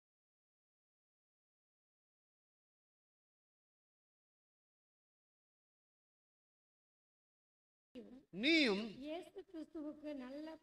இயேசு கிறிஸ்துவுக்கு நல்ல போர் சேவகனாய் தீங்கு அனுபவி அப்படிங்கிறார். அப்ப ஆண்டவர் நம்மை என்னவா இருக்கணும் எதிர்பார்க்கிறாரு? போர் சேவகனா இருக்கணும். must be a soldier. பக்கத்துல கைப்பிடி சொல்லுங்க, போர் சேவகனா இருக்கணும். போர் சேவகன் எப்படி இருப்பான்? எந்த சூழ்நிலைக்கும் தயாரா இருப்பான். கரடு முரடான எந்த நிலைமைக்கும் அவன் தயாரா இருப்பான். எந்த ஆபத்து வந்தாலும் எதிர்க்கிறதுக்கு ரெடி. நாட்டுல எல்லை பிரச்சனை வந்தாலும் ரெடி. வெள்ளம் வந்து மக்கள் அடிச்சு போண்டு அதுல மூழ்கி போய் அநேகர் சாகுறாங்கன்னா அங்கேயும் வந்து காப்பாற்றும். ஒரு தீ விபத்து வருது, ஒரு காட்டு தீ ஏற்படுதுன்னா அந்த இடத்துலயும் வந்து ஒரு போர் சேவகர் வந்து வேலை செய்வாங்க. ஆர்மி வந்துருது, நம்ம நிறைய நியூஸ்ல பாக்குறோம். அப்போ ஒரு போர் சேவகனாக எல்லாவற்றிலையும் அவன் தயாராக இருப்பான். பவுல் சொல்கிறார் தீமோத்தேயை பார்த்து, ஒரு வாலிபனை பார்த்து சொல்கிறார், நீ இயேசு கிறிஸ்துக்காக ஒரு நல்ல போர் சேவகனா இருந்து என்ன பண்ணு? தீங்கு அனுபவி. ஏன் தீங்கு அனுபவிக்க சொல்றாரு? மாறுவாய். அப்ப நம்முடைய வாழ்க்கையில வரக்கூடிய போராட்டங்கள் எல்லாமே நம்மை உறுதிப்படுத்தக்கூடும், ஸ்திரப்படுத்தக்கூடியதாக, நம்மை பலப்படுத்தக்கூடியதாக இருக்குது. அப்போ இந்த போராட்டமே வாழ்க்கைங்கிற இந்த 3 தலைப்பு மூலமாக உங்களோட பேசலாம்னு இருக்கேன். முதல் தலைப்பு, நீங்களும் நானும் போராட்ட களத்துல இருக்கிறோம். we are in the battlefield. முதல் தலைப்பு, நீங்களும் நானும் போராட்ட களத்துல இருக்கிறோம். வாசிக்கலாம். எபேசியர் 6ஆம் அதிகாரம். நாம் வாசித்த அந்த வேத பகுதிக்கு திருப்பிக் கொள்வோம். எபேசியர் 6ஆம் அதிகாரம் 10ஆம் வசனம் 11ஆம் வசனம். கடைசியாக என் சகோதரரே, கர்த்தரிலும் அவருடைய சத்துவத்தின் வல்லமையிலும் பலப்படுங்கள். கர்த்தரிலும் அவர் சத்துவத்தின் வல்லமையிலும் பலப்படுங்கள். நீங்கள் பிசாசின் தந்திரங்களோடு எதிர்த்து நிற்க திராணியுள்ளவர்களாகும்படி, நீங்கள் பிசாசின் தந்திரங்களோடு எதிர்த்து நிற்க திராணியுள்ளவர்களாகும்படி தேவனுடைய சர்வாயுத வர்க்கத்தையும் தரித்துக் கொள்ளுங்கள். தேவனுடைய சர்வாயுத வர்க்கத்தையும் தரித்துக் கொள்ளுங்கள்.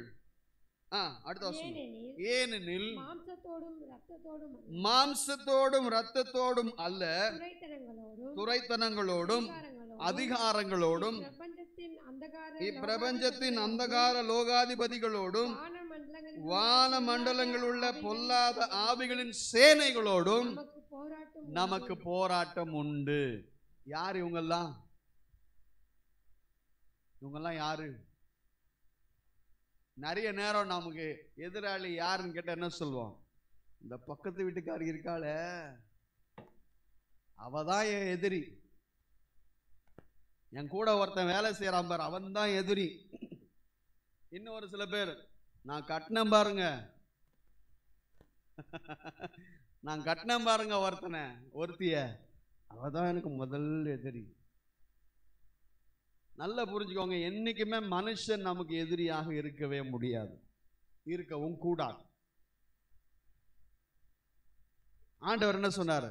உன்னை போல பிறனை, பிரச்சனையே அதுதான், உன்னை போல பிறனை நேசின்னு சொன்னா, அப்ப நான் மனுஷனை சத்ருவா நினைக்க முடியுமா?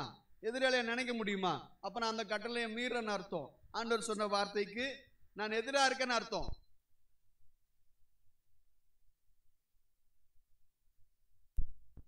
எதிர்த்து காரணம் வேலை செய்யற இடத்துல ஓனரோ கிடையாது. நமக்கு எதிராளி யாரு?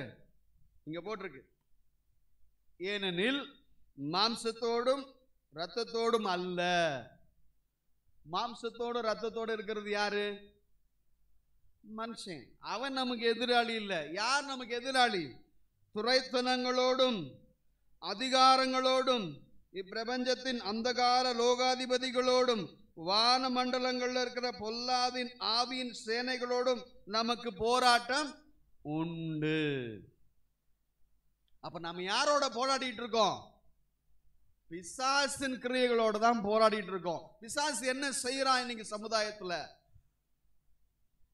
பொறாமையை உண்டாக்குறான். இன்னைக்கு காலையில் எனக்கு ஒரு போன் வந்துச்சு. நான் தண்ணி அடிக்க கூடாதுன்னு நினைக்கிறேன் பாஸ்டர், ஆனா அந்த எண்ணம் வந்துருது. அந்த எண்ணம் வந்துட்டா என்னால அதை மேற்கொள்ள முடியல. நேரா என் கால் அந்த சாராய் கடைக்கு போயிருது. 4 நாள் கரெக்டா இருந்தேன், 5வது நாள் என்னால முடியல. அந்த எண்ணத்தை கொடுக்கறது யார்? அந்த கடைக்கு போன்னு சொல்றது யார்? பிசாசு. என்னுடைய வாழ்க்கையில் 1993 பிசாசு என்கிட்ட சொன்னா, நீ வாழவே வேண்டாம், நீ வாழ்ந்து என்ன பிரயோஜனம்? உனக்கு வியாதி இருக்குது, உன்னால படிக்க முடியாது, உன்னால வேலைக்கு போக முடியாது, உனக்கு நிம்மதியே இல்லை, உனக்கு படுத்தா தூக்கம் இல்லை, உன் ஃப்ரெண்ட்ஸ் எல்லாம் சந்தோஷமா இருக்காங்க, உன் கூட இருக்கவங்க எல்லாம் நல்லா இருக்காங்க, நீ மட்டும்தான் இப்படி இருக்கிற, செத்துப்போ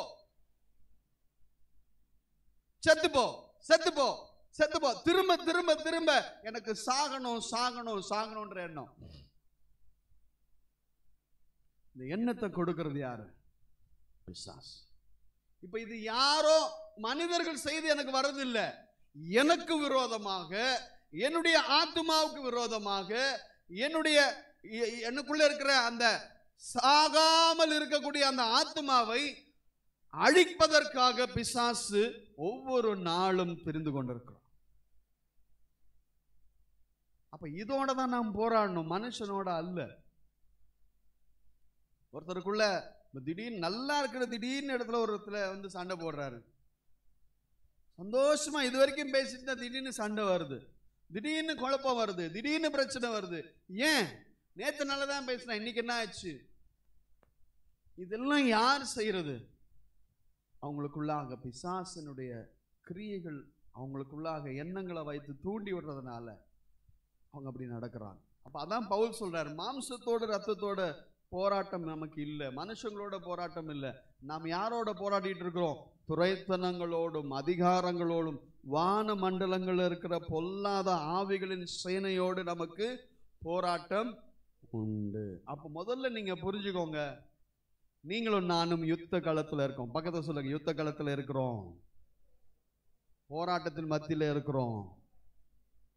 எதிர்த்து வீட்டுக்காரங்கிட்ட இல்ல, பிசாசோட. அப்ப நமக்கு ஏற்படக்கூடிய அநேக சில எதிர்பாராத நிகழ்வுகள் நிறைய நேரத்தில் நமக்கு நம்முடைய ஓட்டத்தை தடுக்கிறதுக்காக, நம்முடைய விசுவாசத்தை தடுக்கிறதுக்காக பிசாசு அநேக நேரத்தில் தடைகளை கொண்டு வருவான். அப்ப அதோட தான் நாம போராடணும். எப்படி போராடணும்? அதுதான் நம்ம இந்த பார்க்க போறோம், இந்த நாள் செய்தியில பார்க்க போறோம். முதல்ல நம்ம இந்த போராட்ட களத்துல இருக்கிறோங்கிறத புரிஞ்சுக்கலாம். வாசிக்கலாம். 2 கொரிந்தியர் 10ஆம் அதிகாரம், 2 கொரிந்தியர் 10ஆம் அதிகாரம் 3-4.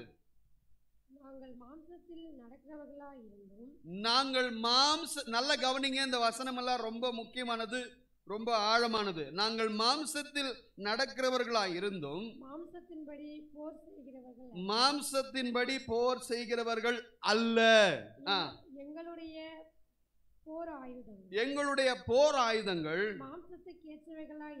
மாம்சத்துக்கேற்றவர்களாய் இராமல் அரண்களை நிர்மூலமாக்குகிறதற்கு தேவ பலன் உள்ளதாய் இருக்கிறது. கரங்களை தட்டி ஆண்டவரை மகிமைப்படுத்தலாமா? உங்களுக்குள்ளே தேவன் கொடுக்கிற பலன் எப்படிப்பட்டதுன்னா, பெரிய அரண்களை கூட முறிக்கக்கூடிய வல்லமை தான் தேவன் நமக்கு கொடுக்கிற அந்த பலன். அப்போ நம்ம போர்ல இருக்கோம்னா நமக்கு என்ன தேவை? என்ன வேணும்? ஆயுதம் வேணும். எக்ஸாமுக்கு போறப்ப என்ன வேணும்? ஆயுதம் வேணுமா? ஒரு கோடாரி எடுத்துட்டு போயிடலாமா எக்ஸாம் போறப்போ? இல்ல ஒரு பட்டாக்கத்தை எடுத்துட்டு போயிடுவோமா? எக்ஸாம் போறப்ப என்ன வேணும்? பேனா. ஆபரேஷன் தியேட்டருக்குள்ள போற டாக்டருக்கு என்ன வேணும்? என்ன வேணும்? கத்தி வேணும். அதே சமையல் கட்டில் இருக்கிற அம்மாவுக்கு என்ன வேணும்? அந்த கத்தி இந்த கத்தி ஒண்ணா இல்ல. அது காய் வெட்ட, இது மனுஷனை வெட்ட. அப்ப ஒவ்வொரு இடத்துக்கும் ஒவ்வொரு ஆயுதம் இருக்கு. இப்ப இந்த போர்க்காலத்துல நமக்கு இருக்கிற ஆயுதம் வந்து மாம்சத்துல வந்து கட்டையும் கட்டப்பாறையும் எடுத்துக்கிட்டு சண்டை போடுறது கிடையாது. எங்களுடைய போர் ஆயுதங்கள் மாம்சத்துக்குரியவைகள் அல்ல. அதான் இங்க வசனத்துல அழகா போட்டிருக்கு. அவைகள் அரண்களை நிர்மூலமாக்குறதற்கான தேவ பலனா இருக்கிறது. அந்த தேவ பலன் எனக்குள்ள இருக்கும் பொழுது தேவ பலன் எப்படி எனக்கு கிடைக்கும்? வாசிக்கலாம். அதே எபேசியர் 6ஆம் அதிகாரம் 18ஆம் வசனம்.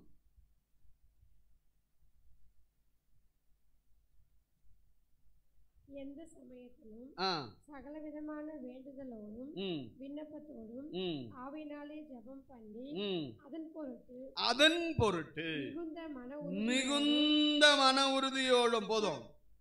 மிகுந்த மன உறுதி எங்க கிடைக்குது? தேவனிடத்துல ஜெபிக்கும் போது. அப்போ நம்முடைய போர் ஆயுதம் என்னது? ஜெபம். முழங்கால நின்று ஜெபிக்கிற ஜெபம். இது உலகத்துக்கு புரியாது. உலகத்துல இருக்கிறவனுக்கு இது புரியவே புரியாது.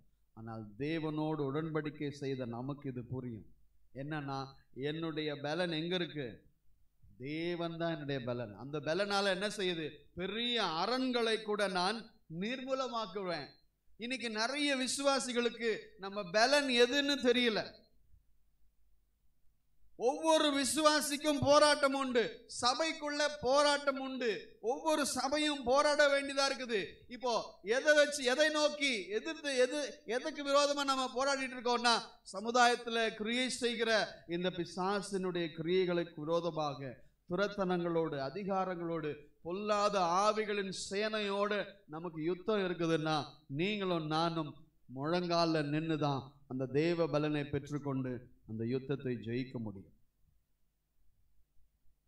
இஸ்ரேல் மக்களுக்கு ஒரு பெரிய யுத்தம் வந்துச்சு. அதை அவங்க எப்படி ஜெயிச்சாங்கன்னு பார்க்கலாம். வாசிக்கலாம். யோசுவாவின் புஸ்தகம் 6ஆம் அதிகாரம். யோசுவாவின் புஸ்தகம். இன்னைக்கு கூட நாம பாடும்போது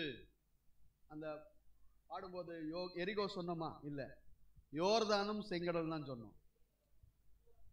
ஓ சரி, ஓகே, கரெக்ட். எரிகோ.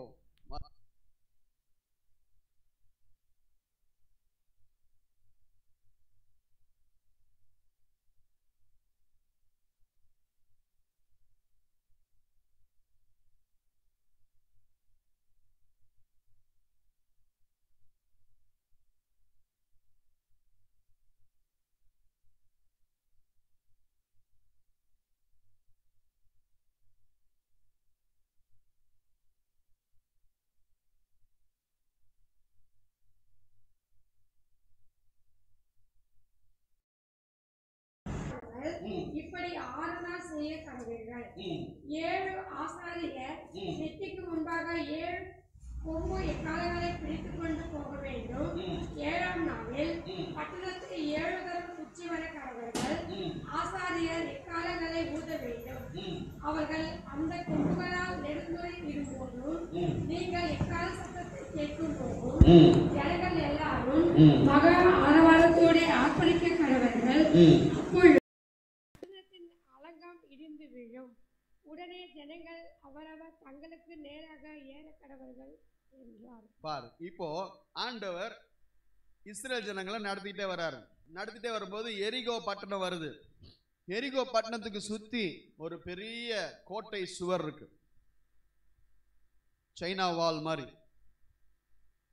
சைனாவை சுத்தி அவங்க அழகா பெரிய ஒரு வால் கட்டியிருக்காங்க அவங்க எல்லையில. அந்த மாதிரி எரிகோ பட்டணத்துக்கு ஒரு பெரிய அரணாக, ஒரு பெரிய சுவர், அது ஒருவராலும் தகர்க்க முடியாது. இப்ப இந்த எரிகோ பட்டணத்தை தாண்டி தான் இந்த மக்கள் எல்லாம் அடுத்த இடத்துக்கு போகணும். இப்ப இந்த பட்டணத்தை ஜெயிக்கணும். அப்ப ஜெயிக்கணும்னா என்ன பண்ணணும்?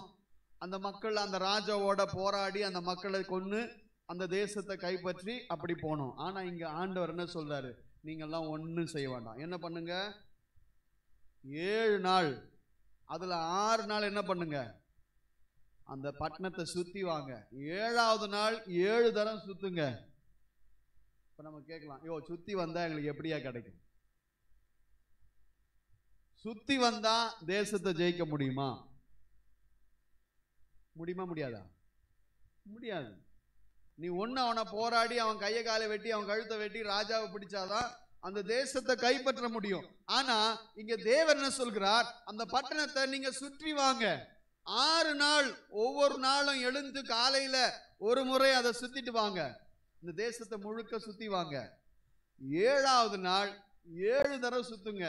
7ஆவது தடவை சுத்தும் போது அப்போ ஆசாரியன் என்ன செய்யணும்?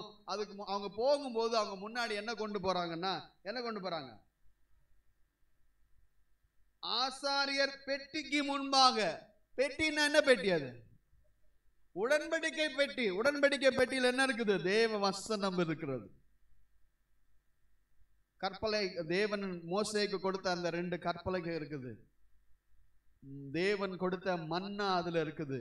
ஆரோனுடைய துளிர்த்த கோல் அதுல இருக்குது. இப்ப அதை தூக்கிட்டு போறாங்க. தேவ பிரசன்னத்தோட அந்த மக்கள். ஆண்டவர் சொல்றார், இந்த பெட்டியை தூக்குற ஆசாரியன் முன்னாடி போகணும். 7ஆவது நாள் 7ஆவது முறை சுத்தும் போது ஆசாரியன் என்ன பண்ணும்? எக்காலத்தை ஊதணும். எக்காலத்தை ஊதும் போது நீங்கள் எல்லாரும் சத்தமா ஆண்டவரை ஆர்ப்பரித்து துதிச்சிங்கன்னா என்ன ஆகும்? செவுரெல்லாம் விழுந்துரும். அந்த பெரிய அரண் விழுந்துரும். அப்ப நீங்க போய் உள்ள போய் எல்லாரையும் ஆக்கிரமிச்சு அந்த தேசத்தை பிடித்து கொள்ளுங்கன்னு ஆண்டவர் சொல்றார். இது சாத்தியமா? நான் அந்த கேட்டிருப்பேன், என்னையா எக்கால ஊதுனா எப்படி செவுர் விழும்? இது அம்புஜா சிமெண்ட்லால கட்டப்பட்ட செவர், எப்படி விழும்? இல்லையா? நீங்க அட்வர்டைஸ்மெண்ட்ல பாக்குறீங்க. அந்த செவர் ஸ்ட்ராங்கா இருக்கு. ஆனால் தேவன் இங்கே அவங்களுக்கு ஒரு பாடத்தை கற்றுக் கொடுக்க விரும்புகிறார். என்ன?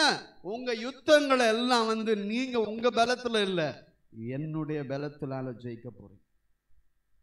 உங்களுடைய ஞானத்தினால் அல்ல, நான் சொல்லக்கூடிய வழியில, நான் கொடுக்கிற ஆலோசனையில, நான் உங்களை வழிநடத்துகிற அந்த வழியில நீங்க போனீங்கன்னா உங்களுக்கு முன்பாக எவ்வளவு பெரிய தடை சுவர்கள் இருந்தாலும், அது எவ்வளவு பலமாக இருந்தாலும், அது எவ்வளவு உறுதியாக இருந்தாலும், அது எவ்வளவு தகர்க்க முடியதாக இருந்தாலும், நான் சொல்ற ஆலோசனையின்படி நீங்க நடந்தீங்கன்னா அது நடக்கும். அப்படிதான் நடந்துச்சு. வாசிக்கலாம் அதே அதிகாரத்துல 11ஆம் வசனம்.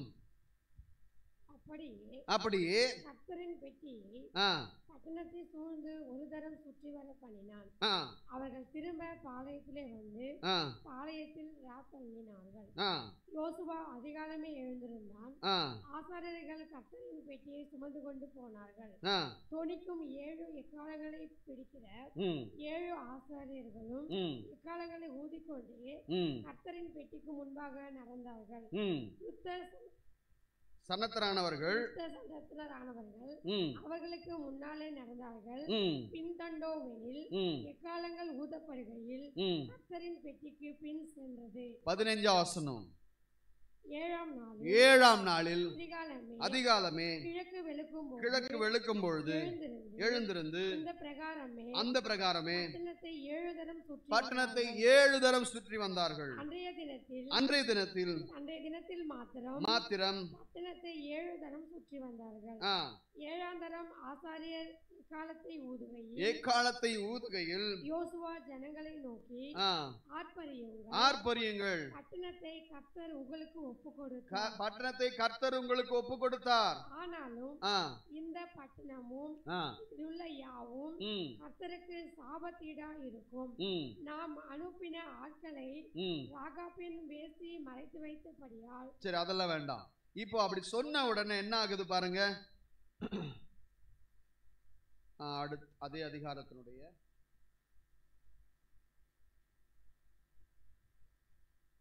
27ஆம் வசனம், 27 சாரி 20ஆம் வசனம். எக்காலங்களை ஊதுகையில் ஜனங்கள் ஜனங்கள் ஆர்ப்பரித்தார்கள். எக்கால சத்தத்தை ஜனங்கள் கேட்டு மகா ஆரவாரத்தோடே முழங்குகையில் அலங்கம் இடிந்து விழுந்தது. அலங்கம் இடிந்து விழுந்தது. கரங்களை தட்டி ஆண்டவரை மகிமைப்படுத்தலாமா? இவங்க எக்காலம் ஊதி ஆண்டவரை முழு இருதயத்தோட சத்தத்தோட ஆண்டவரை துதித்த போது பக்கத்துல இருந்த பெரிய சுவர் அலங்கம் இடிந்து விழுந்தது. ஆண்டவர் என்ன கற்றுக் கொடுக்கிறார் இந்த இடத்துல? நீ ஓன் பலத்துல ஜெயிக்க மாட்ட, ஓன் ஞானத்துல ஜெயிக்க மாட்ட. நான் கொடுக்கிற ஆலோசனை, நான் கொடுக்கிற வழிநடத்தல் படி நீ செய்தீன்னா ஜெயத்தை பெற்றுக்கொள்ள முடியும். இன்னைக்கு நிறைய நேரத்துல நாம யுத்த காலத்துல இருக்கிறோங்கிறத மறந்துடுறோம். ரெண்டாவது, நமக்காக யுத்தம் செய்கிறவர் தேவனே என்கிறதை மறந்துடுறோம். நம்ம பிரச்சனைகளை நாம மனதுல சுமந்துக்கிட்டு, ஐயோ எனக்கு இப்படி ஆயிருச்சு, ஐயோ என் பிரச்சனை இவ்வளவு தீவிரமா இருக்குது, இல்ல இதுல இருந்து யார் என்ன விடுவிப்பான்னு நம்ம இருதயத்துல அங்கலாய்க்கிறோம், வேதனைப்படுறோம். இல்ல, நமக்காக யுத்தம் செய்கிறவர் ஒருவர் உண்டு. அவருடைய ஆலோசனைகளை, அவருடைய வழிநடத்துதலை நாம் பின்பற்றும் போது எவ்வளோ பெரிய எரிகோ பட்டணமாக இருந்தாலும், அதனுடைய மதில்கள் எவ்வளவு உறுதியாக இருந்தாலும் தேவன் அதை நமக்காக தகர்த்தெறிவார். அதை நம்பணும். அப்போ இங்கே நீங்களும் நானும் ஒரு காரியத்தை புரிந்து கொள்ளணும். நாம யுத்த களத்துல தான் இருக்கிறோம். இதுதான் முதல் காரியம். ரெண்டாவது தலைப்பு, நாம் தனியே இல்லை. we are not alone. நீங்களும் நானும் தனியாகவே இல்லை. வாசிக்கலாம். உபாகமம் 20ஆம் அதிகாரம் 4ஆம் வசனம்.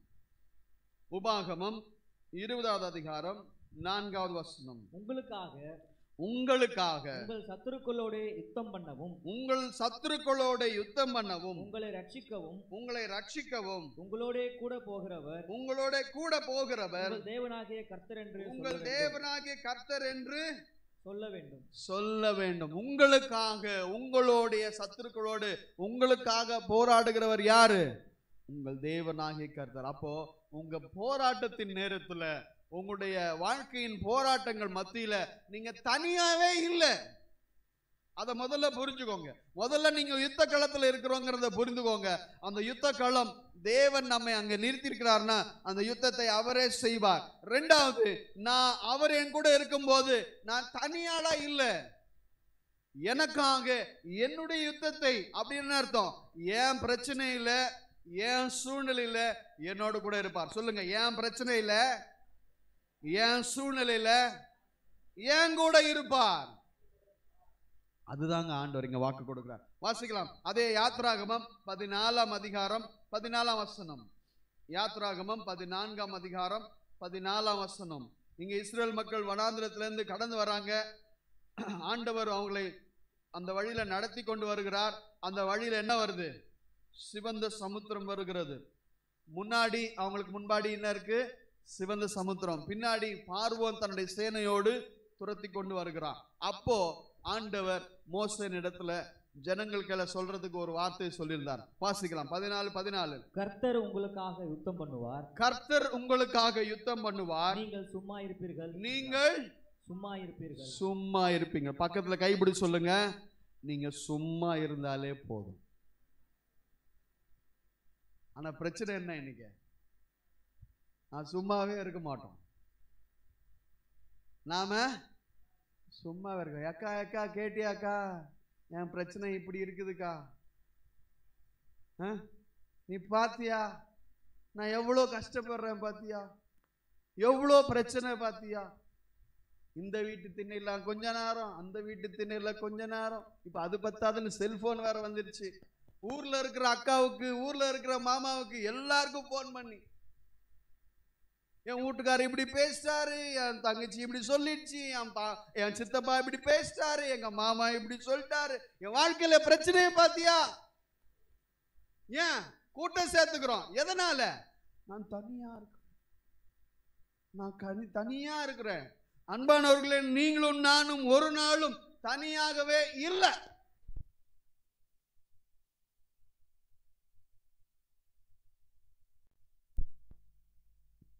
சூழ்நிலையில பின்னாடி பார்வோனுடைய சேனை, முன்னாடி செங்கடல், வழியே இல்லை. ஏன் அந்த வழியில? ஆண்டவர் தான் அந்த வழியில கொண்டு போனார். வேற வழி இருக்குது, ஆனா நீங்க இந்த வழியா தான் போகணும்னு சொல்லி ஆண்டவர் மோசே கிட்ட சொல்லி இந்த வழியா தான் கொண்டு போறார். அப்ப கடல் வழியா தான் போகணுங்கிறத தேவன் நியமித்திருக்கிறார். அப்ப அந்த கரையில நிக்கிறாங்க, முன்னாடி செங்கடல், பின்னாடி மறுபடியும் பார்வோன் சேனையோட வந்து இவங்களை கொல்றதுக்காக வரான். அப்ப எல்லாரும் முறுமுறுக்கிறாங்க. அப்போ கர்த்தர் மோசே இடத்துல சொல்றார், மோசே ஜனங்களோட சொல்றாரு, என்ன சொல்றாரு? நீங்கள் இதுல சும்மா இருப்பீர்கள், கர்த்தர் உங்களுக்காக யுத்தம் பண்ணுவார், நீங்கள் சும்மா இருங்க. வாசிக்கலாம். உபாகமம் 3ஆம் அதிகாரம் 22ஆம் வசனம். உபாகமம் 3ஆம் அதிகாரம் 22ஆம் வசனம். அவர்களுக்கு பயப்படுவீர்களாக, அவர்களுக்கு பயப்படுவீர்களாக, உங்கள் தேவனாகிய கர்த்தர் தாமே, உங்கள் தேவனாகிய கர்த்தர் தாமே உங்களுக்காக யுத்தம் பண்ணுவார். உங்களுக்காக. அந்த அவர்கள் யாரு? சத்துருக்கள், நமக்கு விரோதமாக எழும்பி நிற்கிற சத்துருக்கள். அவர்களுக்கு நீ பயப்பட வேண்டாம். அப்போ நாம அதை பார்க்கும்போது எப்படி பார்க்க வேண்டாம்? உங்களோட பிரச்சனைகளை பார்க்க வேண்டாம், அதை பார்த்து பயப்பட வேண்டாம். உங்க சூழ்நிலைகளை பார்த்து பயப்பட வேண்டாம். அந்த சூழ்நிலையை பார்த்து நீங்க கலங்கி போக வேண்டாம். அவர்களை நீங்கள் பார்த்து பயப்படுவீர்களாக. உங்கள் தேவனாகிய கர்த்தர் நான் உங்களோடு கூட இருக்கிறேன். வாசிக்கலாம். யோசுவா 23ஆம் அதிகாரம் 10ஆம் வசனம். ஆண்டவர் தன்னுடைய ஜனங்களை வனாந்திரத்துல நடத்தினாலும், போராட்டம் நிறைந்த பாதையில நடத்தினாலும், ஒவ்வொரு கட்டத்திலையும் ஆண்டவர் அவங்களோட பேசி அவங்கள பலப்படுத்துற காரியம் என்னன்னா, நான் உங்களோடு கூட இருக்கேன், நீங்க தனியாவே இல்ல. 23ஆம் அதிகாரம் 10ஆம் வசனம். யோசுவா, உங்களில் ஒருவன் 1000 பேரை துரத்துவான், ஒருவன் 1000 பேரை துரத்துவான். உங்கள் தேவனாகிய கர்த்தர் உங்களுக்கு சொன்னபடி அவர் தாமே உங்களுக்காக யுத்தம் பண்ணுவார். அவர் தாமே உங்களுக்காக யுத்தம் பண்ணுவார். நீங்க ஒருத்தர் 1000 பேரை துரத்துவீங்களா? பக்கத்துல கைப்பிடிச்சுங்க. அவ்வளவு பலசாலி நீங்க. சொல்லுங்க, அவ்வளவு பலசாலி நீங்க. ஒரே ஆளு எத்தனை பேர் நினைப்பீங்க? 1000 பேர். எத்தனை பேர் வந்தாலும் பாப்பேன்டா, வாடா. ஆண்டவருடைய வார்த்தை இது. நீங்கள் உங்களில் ஒருவன் 1000 பேரை துரத்துவீங்க.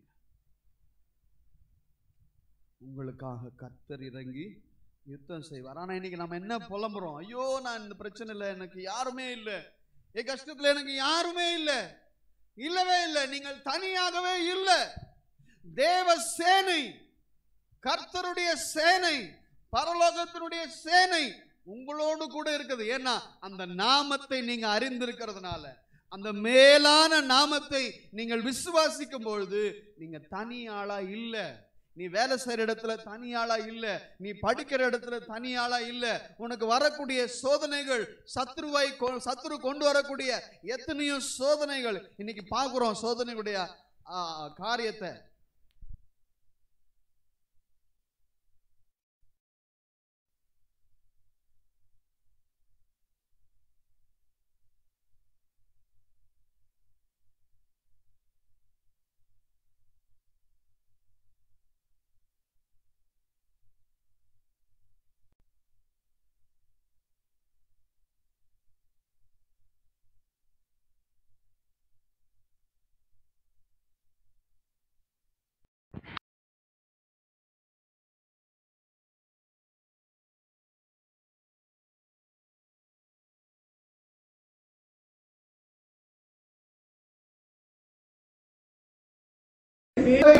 தேவ சேனை நம்மோடு இருக்குது. ஏன்னா நம்மை அழைத்த தேவன் அவர் உண்மை உள்ளவர், அவர் மாறாதவர், அவர் இன்றைக்கும் சிங்காசனத்திலே வீற்றிருக்கிறார்.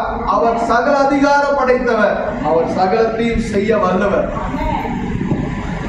அதனால நீங்களும் நானும் தனியாகவே இல்லை. அப்ப நாம என்ன செய்யணும்? 3வது பாயிண்ட், கவனமாய் உறுதியாய் இருக்கிறதா நம்ம செய்ய வேண்டிய காரியம். B focused and determined.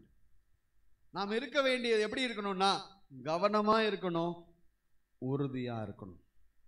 நம்முடைய பிரச்சனைகள் மத்தியில நாம மிக கவனமா இருந்து, உறுதியாக இருந்து, அந்த 2 எறும்புகள் அந்த ரெண்டு இனம் சண்டை போடுது. ஒரு கருப்பு இனம், ஒரு சிகப்பு இனம்.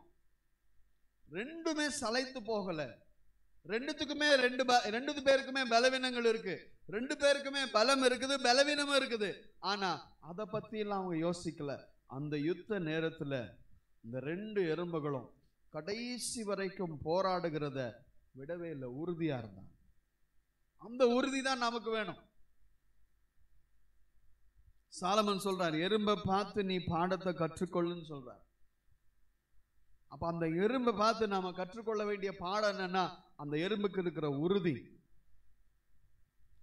ஒரு எறும்பு பார்த்தீங்கன்னா, நீங்க சின்ன ஒரு லட்டு துண்டை கீழே போடுங்களேன், ஒரு பூந்தியை கீழே போடுங்க, அடுத்த நிமிஷம் என்ன பண்ணும்? ஒரு எறும்பு வந்து அந்த பூந்தி துண்டு எறும்பை காட்டிலும் 50 மடங்கு பெருசா இருக்கும். ஆனா சிங்கிள் ஆளா தூக்கும். பார்த்துருக்கீங்களா? சிங்கிள் ஆளா தூக்கிறோம். அப்போ எறும்பு தன்னை விட 50 மடங்கு பலமானதை தானாக தனியாளாக தூக்கி தனக்கு சேர வேண்டிய இடத்துல கொண்டு போய் சேர்த்துரும். இப்ப என்ன பலன் இருக்கு? தனக்கு இவ்வளவு பெருசு நான் எப்படிப்பா தூக்க போறேன் அப்படின்னு எறும்பு நினைக்கல.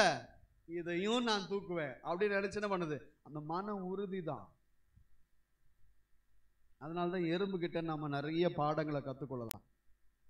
போக்கஸ்டா, ரொம்ப உறுதியா இருக்கும், கவனமாய் உறுதியா இருக்கும். மழை காலம் வரதுக்கு முன்னாடி அதுக்கான ஆகாரத்தை அது சேர்த்து வைக்கும், கூட்டமா சேர்த்து வைக்கும். ஒரே லைன்ல போகும், இங்கேயும் அங்கேயும் போகவே போகாது. நீங்க பாத்தீங்கன்னா அழகாது இருக்கும். அந்த எறும்பு கூட்டத்திலிருந்து நம்ம நிறைய பாடங்களை கத்துக்கலாம். அவ்வளவு போக்கஸ்டா, அவ்வளவு கவனமா, தங்களுடைய பார்வை, தங்களுடைய கவனம் சிதறாம உறுதியா நடக்கும். இப்ப இன்னைக்கு நீங்களும் நானும் அந்த மாதிரி உறுதியோட தான் இருக்கணும், அந்த மாதிரி கவனமா நடக்கணும். அப்படி ஒரு ராஜாவுக்கு பிரச்சனை வந்த போது அவர் என்ன செய்தார்னு பார்க்கலாம். வாசிக்கலாம். 2 நாளாகமும் 20ஆம் அதிகாரம். 2 நாளாகமும் 20ஆம் அதிகாரம். இங்க யோசபாத் ராஜாவுடைய வாழ்க்கையில ஒரு இக்கட்டான சூழ்நிலை. அந்த ராஜாவுக்கு விரோதமாக 5 ராஜாக்கள் எழும்பி வந்தாங்க. வாசிக்கலாம் முதல் வசனத்திலிருந்து. இதற்கு பின்பு மோவாப் புத்திரரும் அம்மோன் புத்திரரும் அவர்களோட அம்மோனியருக்கு அப்புறத்தில் உள்ள மனுஷரும் கூட யோசபாத்திற்கு விரோதமாய் யுத்தம் பண்ண வந்தார்கள். எத்தனை பேர் வந்திருக்காங்க? மோவாபும் அம்மோனும் அவர்களோடு கூட அம்மோனியரும் அப்புறத்தில் உள்ள மனுஷரோடும் கூட யோசபாத்துக்கு விரோதமாக வந்திருக்காங்க. அவங்கள விட பல மடங்கு அதிகமான பலத்தோட எதிர்த்த ராஜாக்கள் வந்து யோசபாத்தோட யுத்தம் செய்ய வராங்க. யுத்தம் செய்ய வந்தா ராஜா என்ன பண்ணணும்? உடனே தங்களுடைய படைகளை எல்லாத்தையும் திரட்டி ஒரு அர்ஜென்ட்டா மீட்டிங் போட்டு அவங்க எல்லாருக்கும் என்னென்ன சொல்லணுமோ, எப்படி செய்யணுமோ அது எல்லாத்தையும் செய்யணும். ஆனா யோசபாத் என்ன செய்தான் தெரியுமா? வாசிக்கலாம்.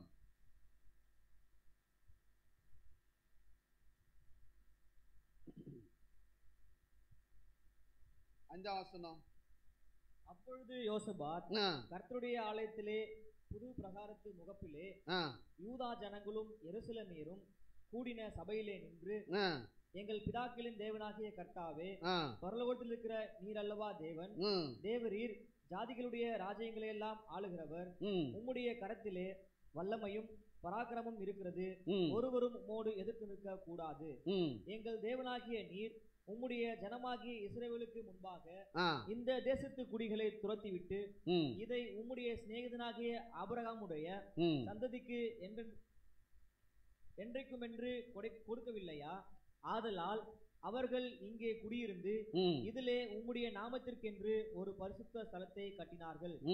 எங்கள் மேல் பட்டயம், நியாய தண்டனை, கொள்ளை நோய், பஞ்சம் முதலான தீமைகள் வந்தால் அப்பொழுது உம்முடைய நாமம் இந்த ஆலயத்தில் விளங்குகிறபடியால் நாங்கள் இந்த ஆலயத்திலும் உமது சந்நிதியிலும் நின்று எங்கள் இடுக்கணில் உம்மை நோக்கி கூப்பிடுகையில் தேவரீர் கேட்டு ரட்சிப்பீர் என்று சொல்லி இருக்கிறார்கள். இப்போ 12ஆம் வசனம். எங்கள் தேவனே, எங்கள் தேவனே, அவர்களை நீர் நியாயம் தீர்க்க மாட்டீரோ, அவர்களை நீர் நியாயம் தீர்க்க மாட்டீரோ, எங்களுக்கு விரோதமாக வந்த இந்த ஏராளமான கூட்டத்திற்கு முன்பாக நிற்க எங்களுக்கு பலன் இல்லை. நிற்க எங்களுக்கு பலன் இல்லை. நாங்கள் செய்ய வேண்டியது இன்னதென்று எங்களுக்கு தெரியவில்லை. ஆகையால் எங்கள் கண்கள் உம்மையே நோக்கிக் கொண்டிருக்கிறது. எங்களுக்கு பலன் இல்லை, எங்களுக்கு என்ன செய்யணும்னு தெரியல, ஆனா அதனால எங்க கண்கள் உண்மையே நோக்கி கொண்டிருக்கு. ஆண்டவரே, இந்த பிரச்சனையில எங்களுக்கு என்ன செய்யறதுன்னு தெரியல, இது எதிர்க்கிறதுக்கு பலன் இல்லை, இந்த போராட்டத்தை சந்திக்கிறதுக்கு எனக்கு பலன் இல்லை, என்னால முடியல, எனக்கு பலன் இல்லை, எனக்கு என்ன செய்யறதுன்னு தெரியல, ஆனா ஒண்ணு மட்டும் செய்யறேன், என் கண்கள் உண்மையே நோக்கி பார்த்து. இதுதான் அந்த ராஜா செய்தது, இதுதான் நாமளும் செய்யணும். தேவன் நமக்கு வேதத்திலிருந்து கற்றுக் கொடுக்கிற விலையேற பெற்ற பாடங்கள் இதுதான். ஆண்டவர் நம்முடைய வாழ்க்கையில வைத்திருக்கிற அவருடைய நோக்கங்கள், திட்டங்கள் நிறைவேறுவதற்கு விரோதமாக பிசாசு, அவருடைய சேனைகள் நமக்கு விரோதமாக போராடும் பொழுது நீங்களும் நானும் கர்த்தருடைய பட்சத்துல நிற்கணும். அவர் நம்முடைய பட்சத்துல இருப்பாரன்னா யாரும் நமக்கு எந்த கெடுதலும் செய்யவே முடியாது. நாம பார்த்து கவனிச்சுக்க வேண்டியது, நான் எங்க நிற்கிறேங்கிறத மட்டும்தான் கவனமா பார்த்துக்கணும். நான் அவர் பட்சத்துல இருக்கிறேன்னா அதுல நான் போக்கஸ்டா இருக்கணும், அதுல நான் கவனமா இருக்கணும். ஏன்னா எனக்காக யுத்தம் செய்கிறவர் அவர், எனக்காக எல்லாவற்றையும் செய்கிற தேவன் அவர். என்னால எதையும் செய்ய முடியல, எனக்கு எந்த யோசனையும் இல்லை, எனக்கு எந்த பலனும் இல்லை, என்னால எதுவும் செய்யவும் முடியாத நிலைமையில நான் இருக்கிறேன். ஆனா என் கண்கள் உண்மையே நோக்கி கொண்டிருக்க. இதுதான் நாம நம்முடைய போராட்டத்தின் நேரத்தில் செய்ய வேண்டிய முக்கியமான காரியம். நம்முடைய கவனம் எல்லாம், நம்முடைய உறுதி எல்லாம் தேவ பிரசன்னத்துல அவரை நோக்கி பார்க்கறதுல மட்டும் இருந்தா போதும்.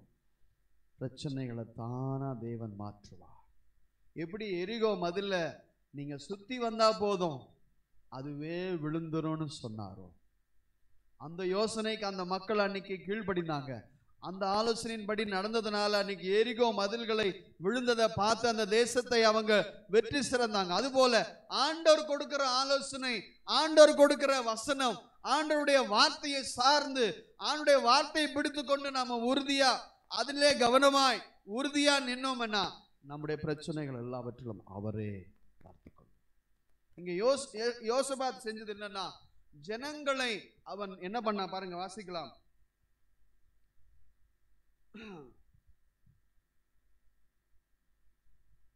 அவன் ஒரு உபவாசத்தை கூறி எல்லாரும் சேர்ந்து வருவாங்க. வாசிங்க சத்தமா. அப்பொழுது யோசபாத் பயந்து கர்த்தரை தேடுகிறதற்கு ஒருமுகப்பட்டு யூதாவெங்கும் உபவாசத்தை, 3ஆம் வசனம், உபவாசத்தை கூறுவித்தான். பிரச்சனை நெருக்கடி வரும்போது என்ன செய்யறான்? எல்லாரும் சேர்ந்து உபவாசித்து ஜெபிக்கும்படியாக ஜனங்களை கூட்டி சேர்க்கிறான். எல்லாரும் கூடி சேர்ந்து தேவனுடைய முகத்தை தேடுறாங்க. சத்ரு அவங்களுக்கு விரோதமாக கெர்ஜிக்கிற சிங்கத்தை போல எழும்பி நிற்கிறாங்க. திரளான கூட்டம்.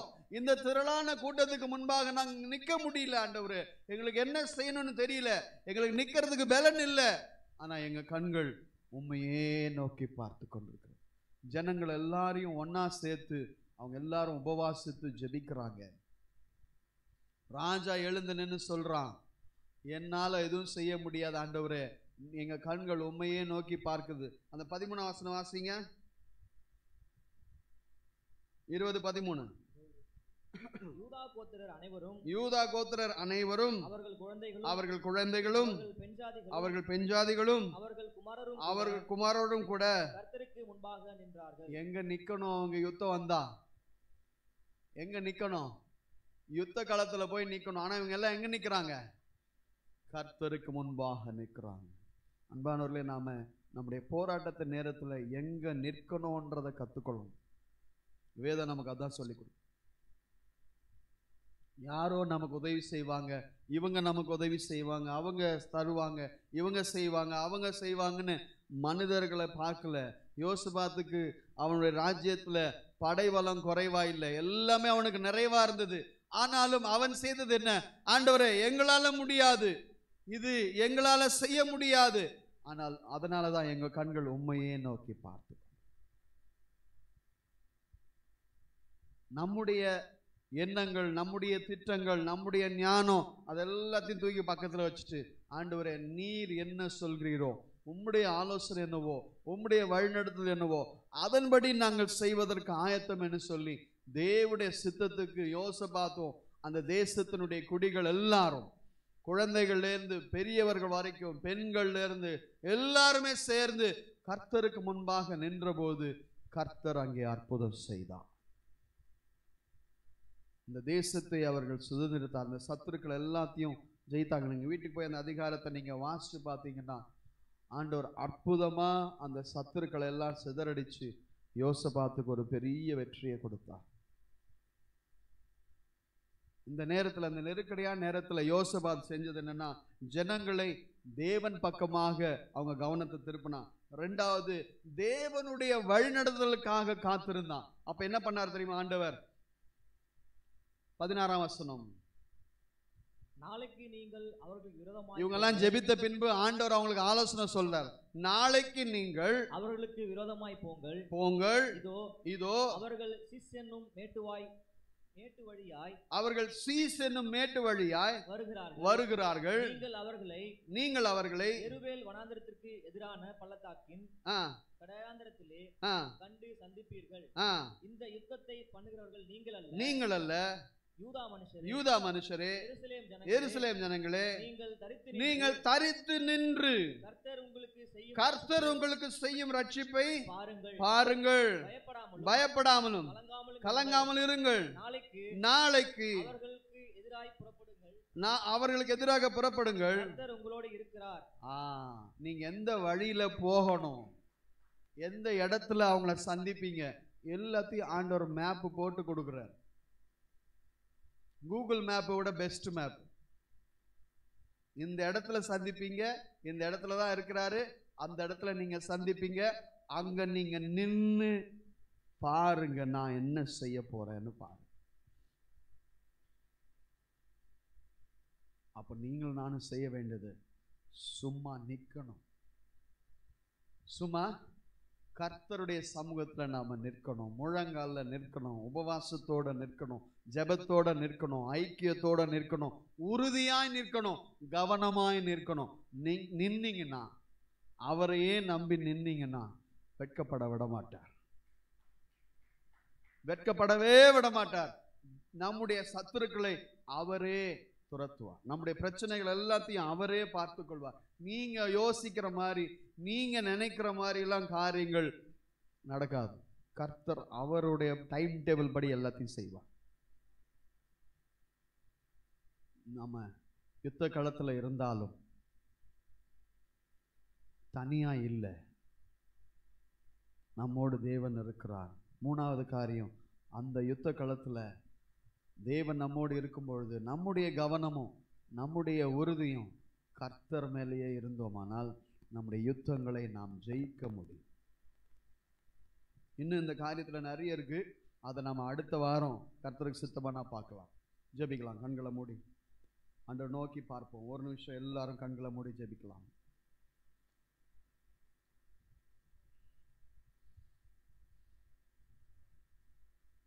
கண்களை மூடி நாம் ஜெபிப்போம். ஆண்டவரிடத்துல சொல்லுவோம், உங்கள் வாழ்க்கையில் நீங்கள் எப்படிப்பட்ட போராட்டங்களை நீங்கள் கடந்து செல்றீங்களோ, எப்படிப்பட்ட சூழ்நிலைகளை நீங்கள் கடந்து செல்ல வேண்டியதாக இருந்தாலும் நீங்கள் தனியாக இல்லை. அவர்களுக்கு நீங்கள் பயப்படுவீர்களாக, கர்த்தர் உங்களுக்காக யுத்தம் செய்வார். உங்களுக்கு முன்பாக போகிறவர் நானே. எகிப்திலே உங்களுக்கு உதவி செய்ததைப் போல, உங்கள் கண்கள் பார்க்கும்படியாக எகிப்திலே நான் செய்த அற்புதங்களைப் போலவும், வனாந்திரத்தில் நாங்கள் செய்த அற்புதங்களைப் போலவும் இன்றைக்கும் நான் உங்களுக்காக யுத்தம் செய்வேன்னு கர்த்தர் சொல்கிறார். இந்த வாக்கு தத்தங்களை நாம் பிடித்துக்கொண்டு, யோசபாத் தான் சொன்ன, ஆண்டவரே நீர் ஆபிரகாமுக்கு வாக்கு கொடுத்தீர், இந்த தேசத்தை அவருக்கு கொடுப்பேன் என்று வாக்கு கொடுத்தீர், உடன்படிக்கை செய்து அந்த உடன்படிக்கையை நினைவு கூர்ந்தருளும் ஆண்டவரே அப்படின்னு சொல்லி தேவன் சொன்ன வாக்கு தத்தங்களை யோசபாத் ராஜா நினைவு கூர்ந்து இந்த வாக்கு தத்தங்களை பற்றி கொண்டு ஜெபித்தார். இன்னைக்கு நீங்களும் நானும் செய்ய வேண்டியது அதுதான். தேவன் நமக்கு கொடுத்திருக்கிற வாக்கு தத்தங்களை பற்றி கொள்ளணும்.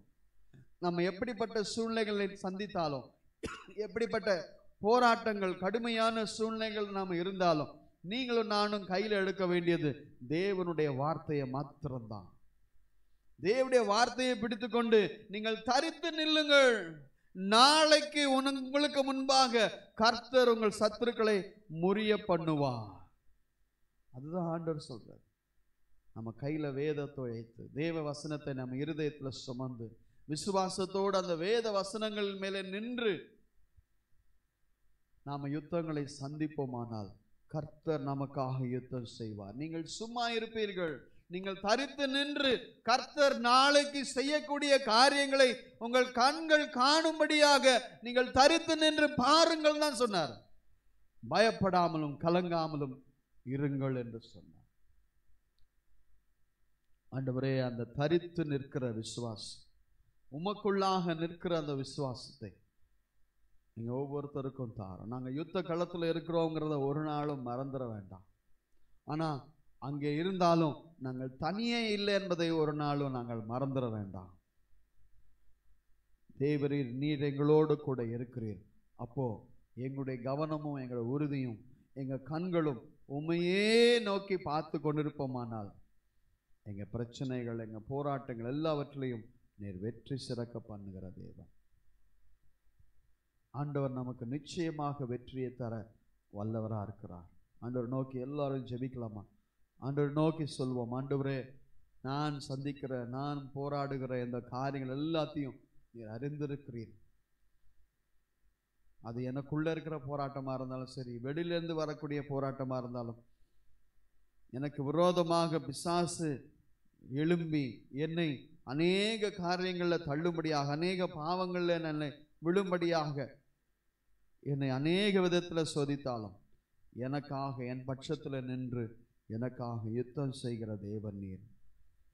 என் கண்கள் உம்மை மாத்திரம் நோக்கி பார்க்க கற்றுக்கொடும் ஆண்டவரே. ஜெபிக்கலாம் ஆண்டவரிடத்துல எல்லாரும். ஆண்டவரே, எனக்கு அப்படிப்பட்ட கண்களை தாரும். திசைகளை பார்க்க வேண்டாம். எந்த பக்கம் எனக்கு உதவி செய்யணும்னு திசைகளை நோக்கி, மனிதர்களை நோக்கி பார்க்க வேண்டாம்.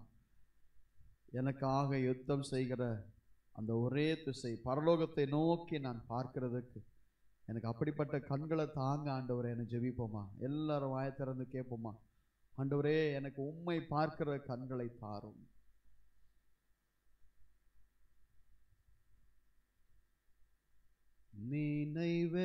நினைவெல்லாம் ஏக்கமெல்லாம் வாஞ்சையெல்லாம் நீரே,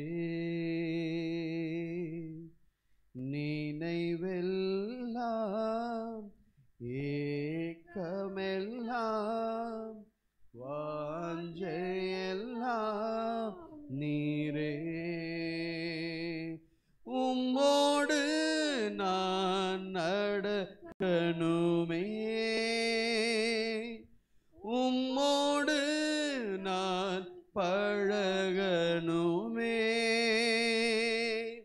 உந்தன் சித்தம் செய்யணுமே, என் அன்பே என் உயிரே,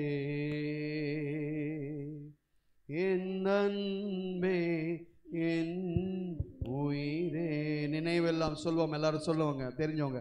நினைவெல்லாம் ஏக்கமெல்லாம் எல்லாரும் நீரே, நினைவெல்லாம்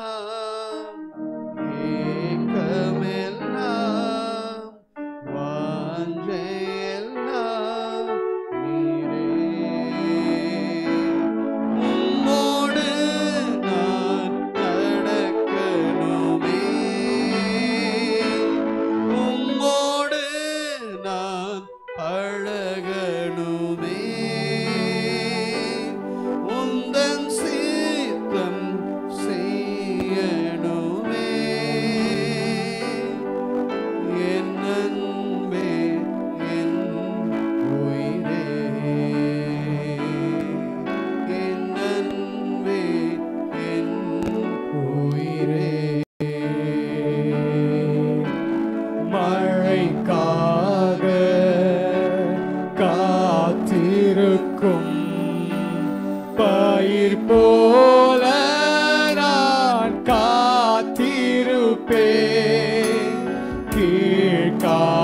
காற்று வீசுமென்று ஆவலுடன் எதிர்பார்த்திருந்தேன். மழையாக இறங்கணுமே, என்னை முழுதும் நனைக்கணுமே. மழையாக இறங்கணுமே, என்னை முழுதும் நனைக்கணுமே. என் அன்பே என் உயிரே, என் அன்பே என் உயிரே. தாயன்பேன் தாயன்பேன் தகப்பனன்பேன் தனிமையிலே எந்தன் துணையன்பேன். சிநேகிதரே சிறந்தவரே, மார்போடு என்னை அணைப்பவரே, மனவாட்டி என்றவரே, மணவாளன் இயேசுவே, மணவாட்டி என்றவரே, மணவாளன் இயேசுவே. என் அன்பே என் உயிரே, என் அன்பே என் உயிரே.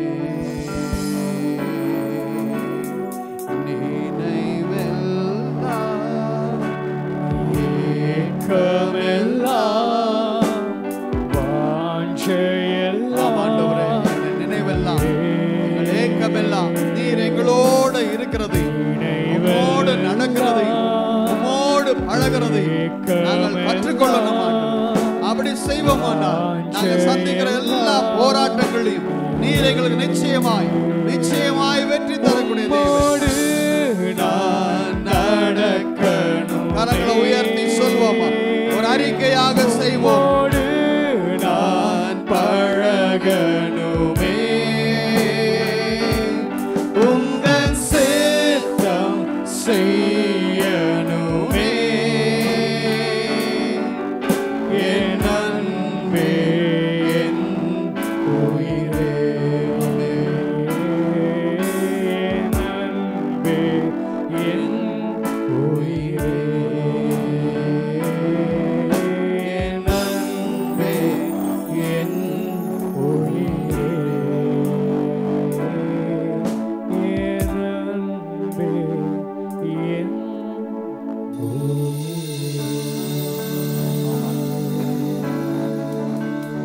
ஆமாண்டவரே, நீங்கள் எங்கள் நினைவுகள் எண்ணங்கள் நிறைந்திருக்கும். உம்மோடு நாங்கள் நடக்கணும், உம்மோடு நான் நடக்க பழகணும். எங்கள் கண்கள் உண்மையே நோக்கி பார்க்கணும். நாங்கள் மழைக்காக அந்த பயிர்கள் எப்படி காத்திருக்குமோ, உம்முடைய வெற்றிக்காக, உம்முடைய கிரியைகளுக்காக, நீர் செய்யக்கூடிய அதிசயங்களுக்காக, நீர் செய்யக்கூடிய அற்புதங்களுக்காக, உம்முடைய கிரியைகளை காணும்படியாக எங்கள் கண்கள் உண்மையே நோக்கி காத்து. மழை எப்படி இறங்குகிறதை போல உம்முடைய அற்புதங்கள் அதிசயங்கள் எங்கள் வாழ்க்கையில் இறங்குகிறது. உம்முடைய கிரியைகள் எங்கள் வாழ்க்கையில் அற்புதங்கள் அடையாளங்கள் நடப்பிக்கிறதையும் நாங்கள் பார்க்கணும் சுவாமி. நீங்கள் மழை போல இறங்குகிறது ஆண்டவரே, மழை போல இறங்கி மலை போல இருக்கிற பிரச்சனைகளை பனி போல உருகுகிறதை நாங்கள் பார்க்கணும் ஆண்டவர். எங்க கண்கள் உம்மையே உம்மையே உம்மை மாத்திரமே நோக்கி பார்க்க எங்களுக்கு கற்றுத்தான் ஆண்டவரே. நீர் ஒருவரே எங்களுக்கு நிரந்தரமான சிறந்ததை நித்தியமானதை ஏற்றதை கொடுக்கிற தேவன். உம்மையே நோக்கி நாங்கள் பார்க்கிறோம். அன்பான மக்கள் ஒவ்வொருவரையும் நீர் ஆசீர்வதித்து பலப்படுத்தும். இயேசுவின் மூலமாய் கேட்கிறோம் எங்கள் நல்ல பிதாவே, ஆமென். மாணவர்களே, நம்முடைய ஆராதனை ஒவ்வொரு ஞாயிற்றுக்கிழமை காலை 10 மணிக்கு நடைபெறும். நம்முடைய உபவாச ஜெபம் ஒவ்வொரு சனிக்கிழமை மாலை 7 மணிக்கு இந்த இடத்துல நடைபெறும். நீங்களும் வாங்க, மற்றவர்களையும் நீங்கள் அழைத்து கொண்டு வாங்க. இந்த தேவ வசனங்களை நம்ம கேட்கும்போது நமக்கு மாத்திரமல்ல, இது அநேகருக்கு ஆசீர்வாதமாக இருக்கும். அதனால் அந்த காரியத்தில் நம்ம மற்றவங்களை அழைக்கிறதுக்கு முற்படுவோம், ஜெபிப்போம், முயல்வோம். தேவன் நிச்சயமாக அதுக்காக நம்ம உழைப்போம். தேவன் நம்முடைய உழைப்பை ஆசீர்வதித்து ஆத்துமாக்களை நமக்கு நிச்சயமாக தருவோம். நாம் கடைசியாக எழுந்து நின்று ஒரு பாடலை பாடுவோம். ஒரு கர்த்தருக்கென்று காணிக்கை செய்யப்படும். எழுந்து நின்று பாடுவோம்.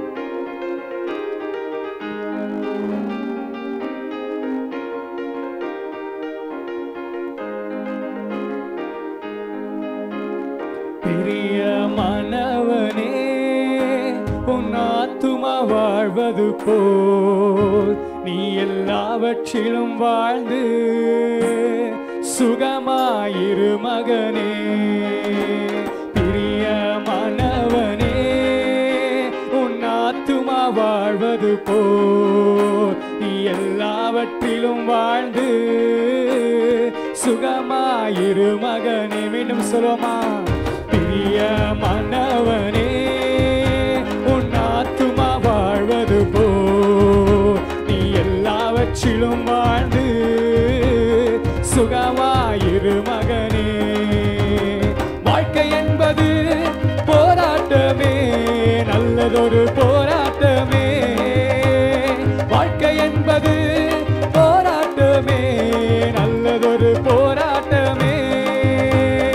ஆவி தரும் பட்டயத்தை, ஆவி தரும் பட்டயத்தை எடுத்து போராடி வெற்றி பெறு, எடுத்து போராடி வெற்றி பெறு.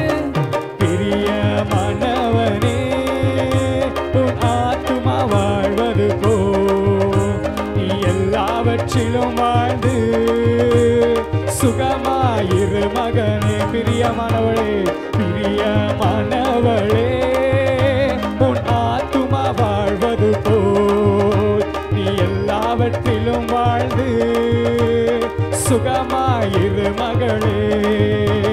பிரயாணத்தில் மேடு உண்டு, பள்ளங்களும் உண்டு. பிரயாணத்தில் மேடு உண்டு. மிதித்திடுவாய், மிதித்திடுவாய், தாண்டிடுவாய், மிதித்திடுவாய், தாண்டிடுவாய். மான்கால்கள் உனக்குண்டு, மறவாதே. மான்கால்கள் உனக்குண்டு, மறவாதே.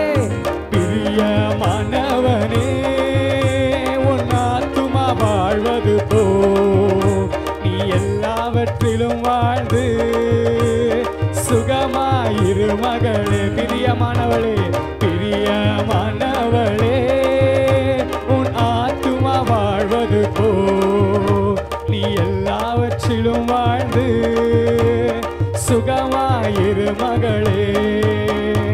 ஓட்ட பந்தயம் நீ ஓடுகிறாய், ஒழுங்கின்படி ஓடு மகனே. ஓட்ட பந்தயம் நீ ஓடுகிறாய், ஒழுங்கின்படி ஓடு மகளே.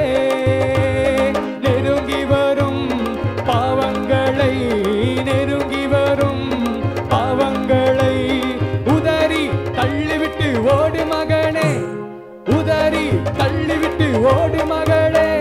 பிரியமானவனே, உன் ஆத்துமா வாழ்வது போல் நீ எல்லாவற்றிலும் வாழ்ந்து சுகமாயிரு மகனே.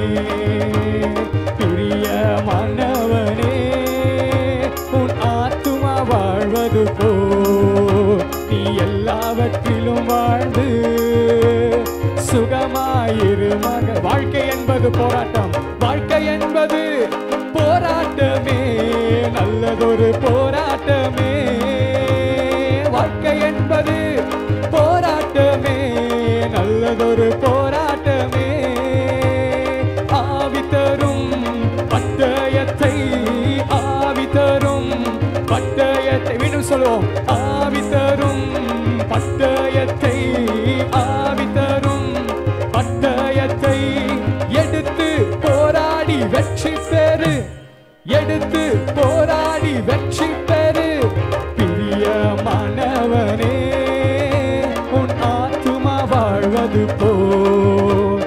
எல்லாவற்றிலும் வாழ்ந்து சுகமாயிரு மகனே. பிரியமானவளே, உன் ஆத்துமா வாழ்வது போல் நீ எல்லாவற்றிலும் வாழ்ந்து சுகமாயிரு மகளே. நீ எல்லாவற்றிலும் வாழ்ந்து சுகமாயிரு மகனே. நீ எல்லாவற்றிலும் வாழ்ந்து சுகமாயிரு மகளே. ஆண்டவரே, இந்த போராட்டமான இந்த வாழ்க்கையில நீர் எங்களோடு கூட இருப்பேன் என்று வாக்கு கொடுத்திருக்கிறீர். தேவரீர், அவர்களுக்கு நீங்கள் பயப்படவும் வேண்டாம். நீங்கள் பயப்படாமலும் கலங்காமலும் நீங்கள் சும்மா இருப்பீர்கள், நீங்கள் நிலைத்து நிற்பீர்கள் என்று சொல்லியிருக்கிறீங்க. ஆண்டவரே, நிலைத்து நிற்கவும் சும்மாய் நிற்கவும் உம்மை நம்பி நிற்கவும் ஆண்டவரே நீர் எங்களுக்கு கற்றுத்தாரும். இந்த போராட்டமான வாழ்க்கையில் ஒவ்வொரு போராட்டத்திலையும் நாங்கள் தாண்டி ஜெயித்து முன்னேறி செல்ல நீர்தாமே எங்களுக்கு முன்பாக சென்று எங்களுக்காக யுத்தம் செய்கிறதற்காக நன்றி. தொடர்ந்து உடைய கிருபைகளை இந்த அன்பான மக்கள் ஒவ்வொருத்தருக்கும் நீர் தந்து ஆசீர்வதி. விசேஷமாக ஆண்டவரே, தங்களுடைய வாழ்க்கையை போன வாரம் ஆண்டவரே ஞானஸ்நானத்து மூலமாக ஒப்பு கொடுத்த ஒவ்வொருவரையும் தேவரீர் அவங்க வாழ்க்கையில் இருக்கிற எல்லா காரியங்களையும் நீர் முன்னின்று நடத்தி பெரிய அற்புதங்கள் அடையாளங்கள் மூலமாக உடைய நாமத்தை உறுதிப்படுத்தி உமக்கென்று நாங்கள் நல்ல போர் சேவகர்களாக எழும்பும்படியாக ஒவ்வொருவரையும் நீர் உருவாக்கும்.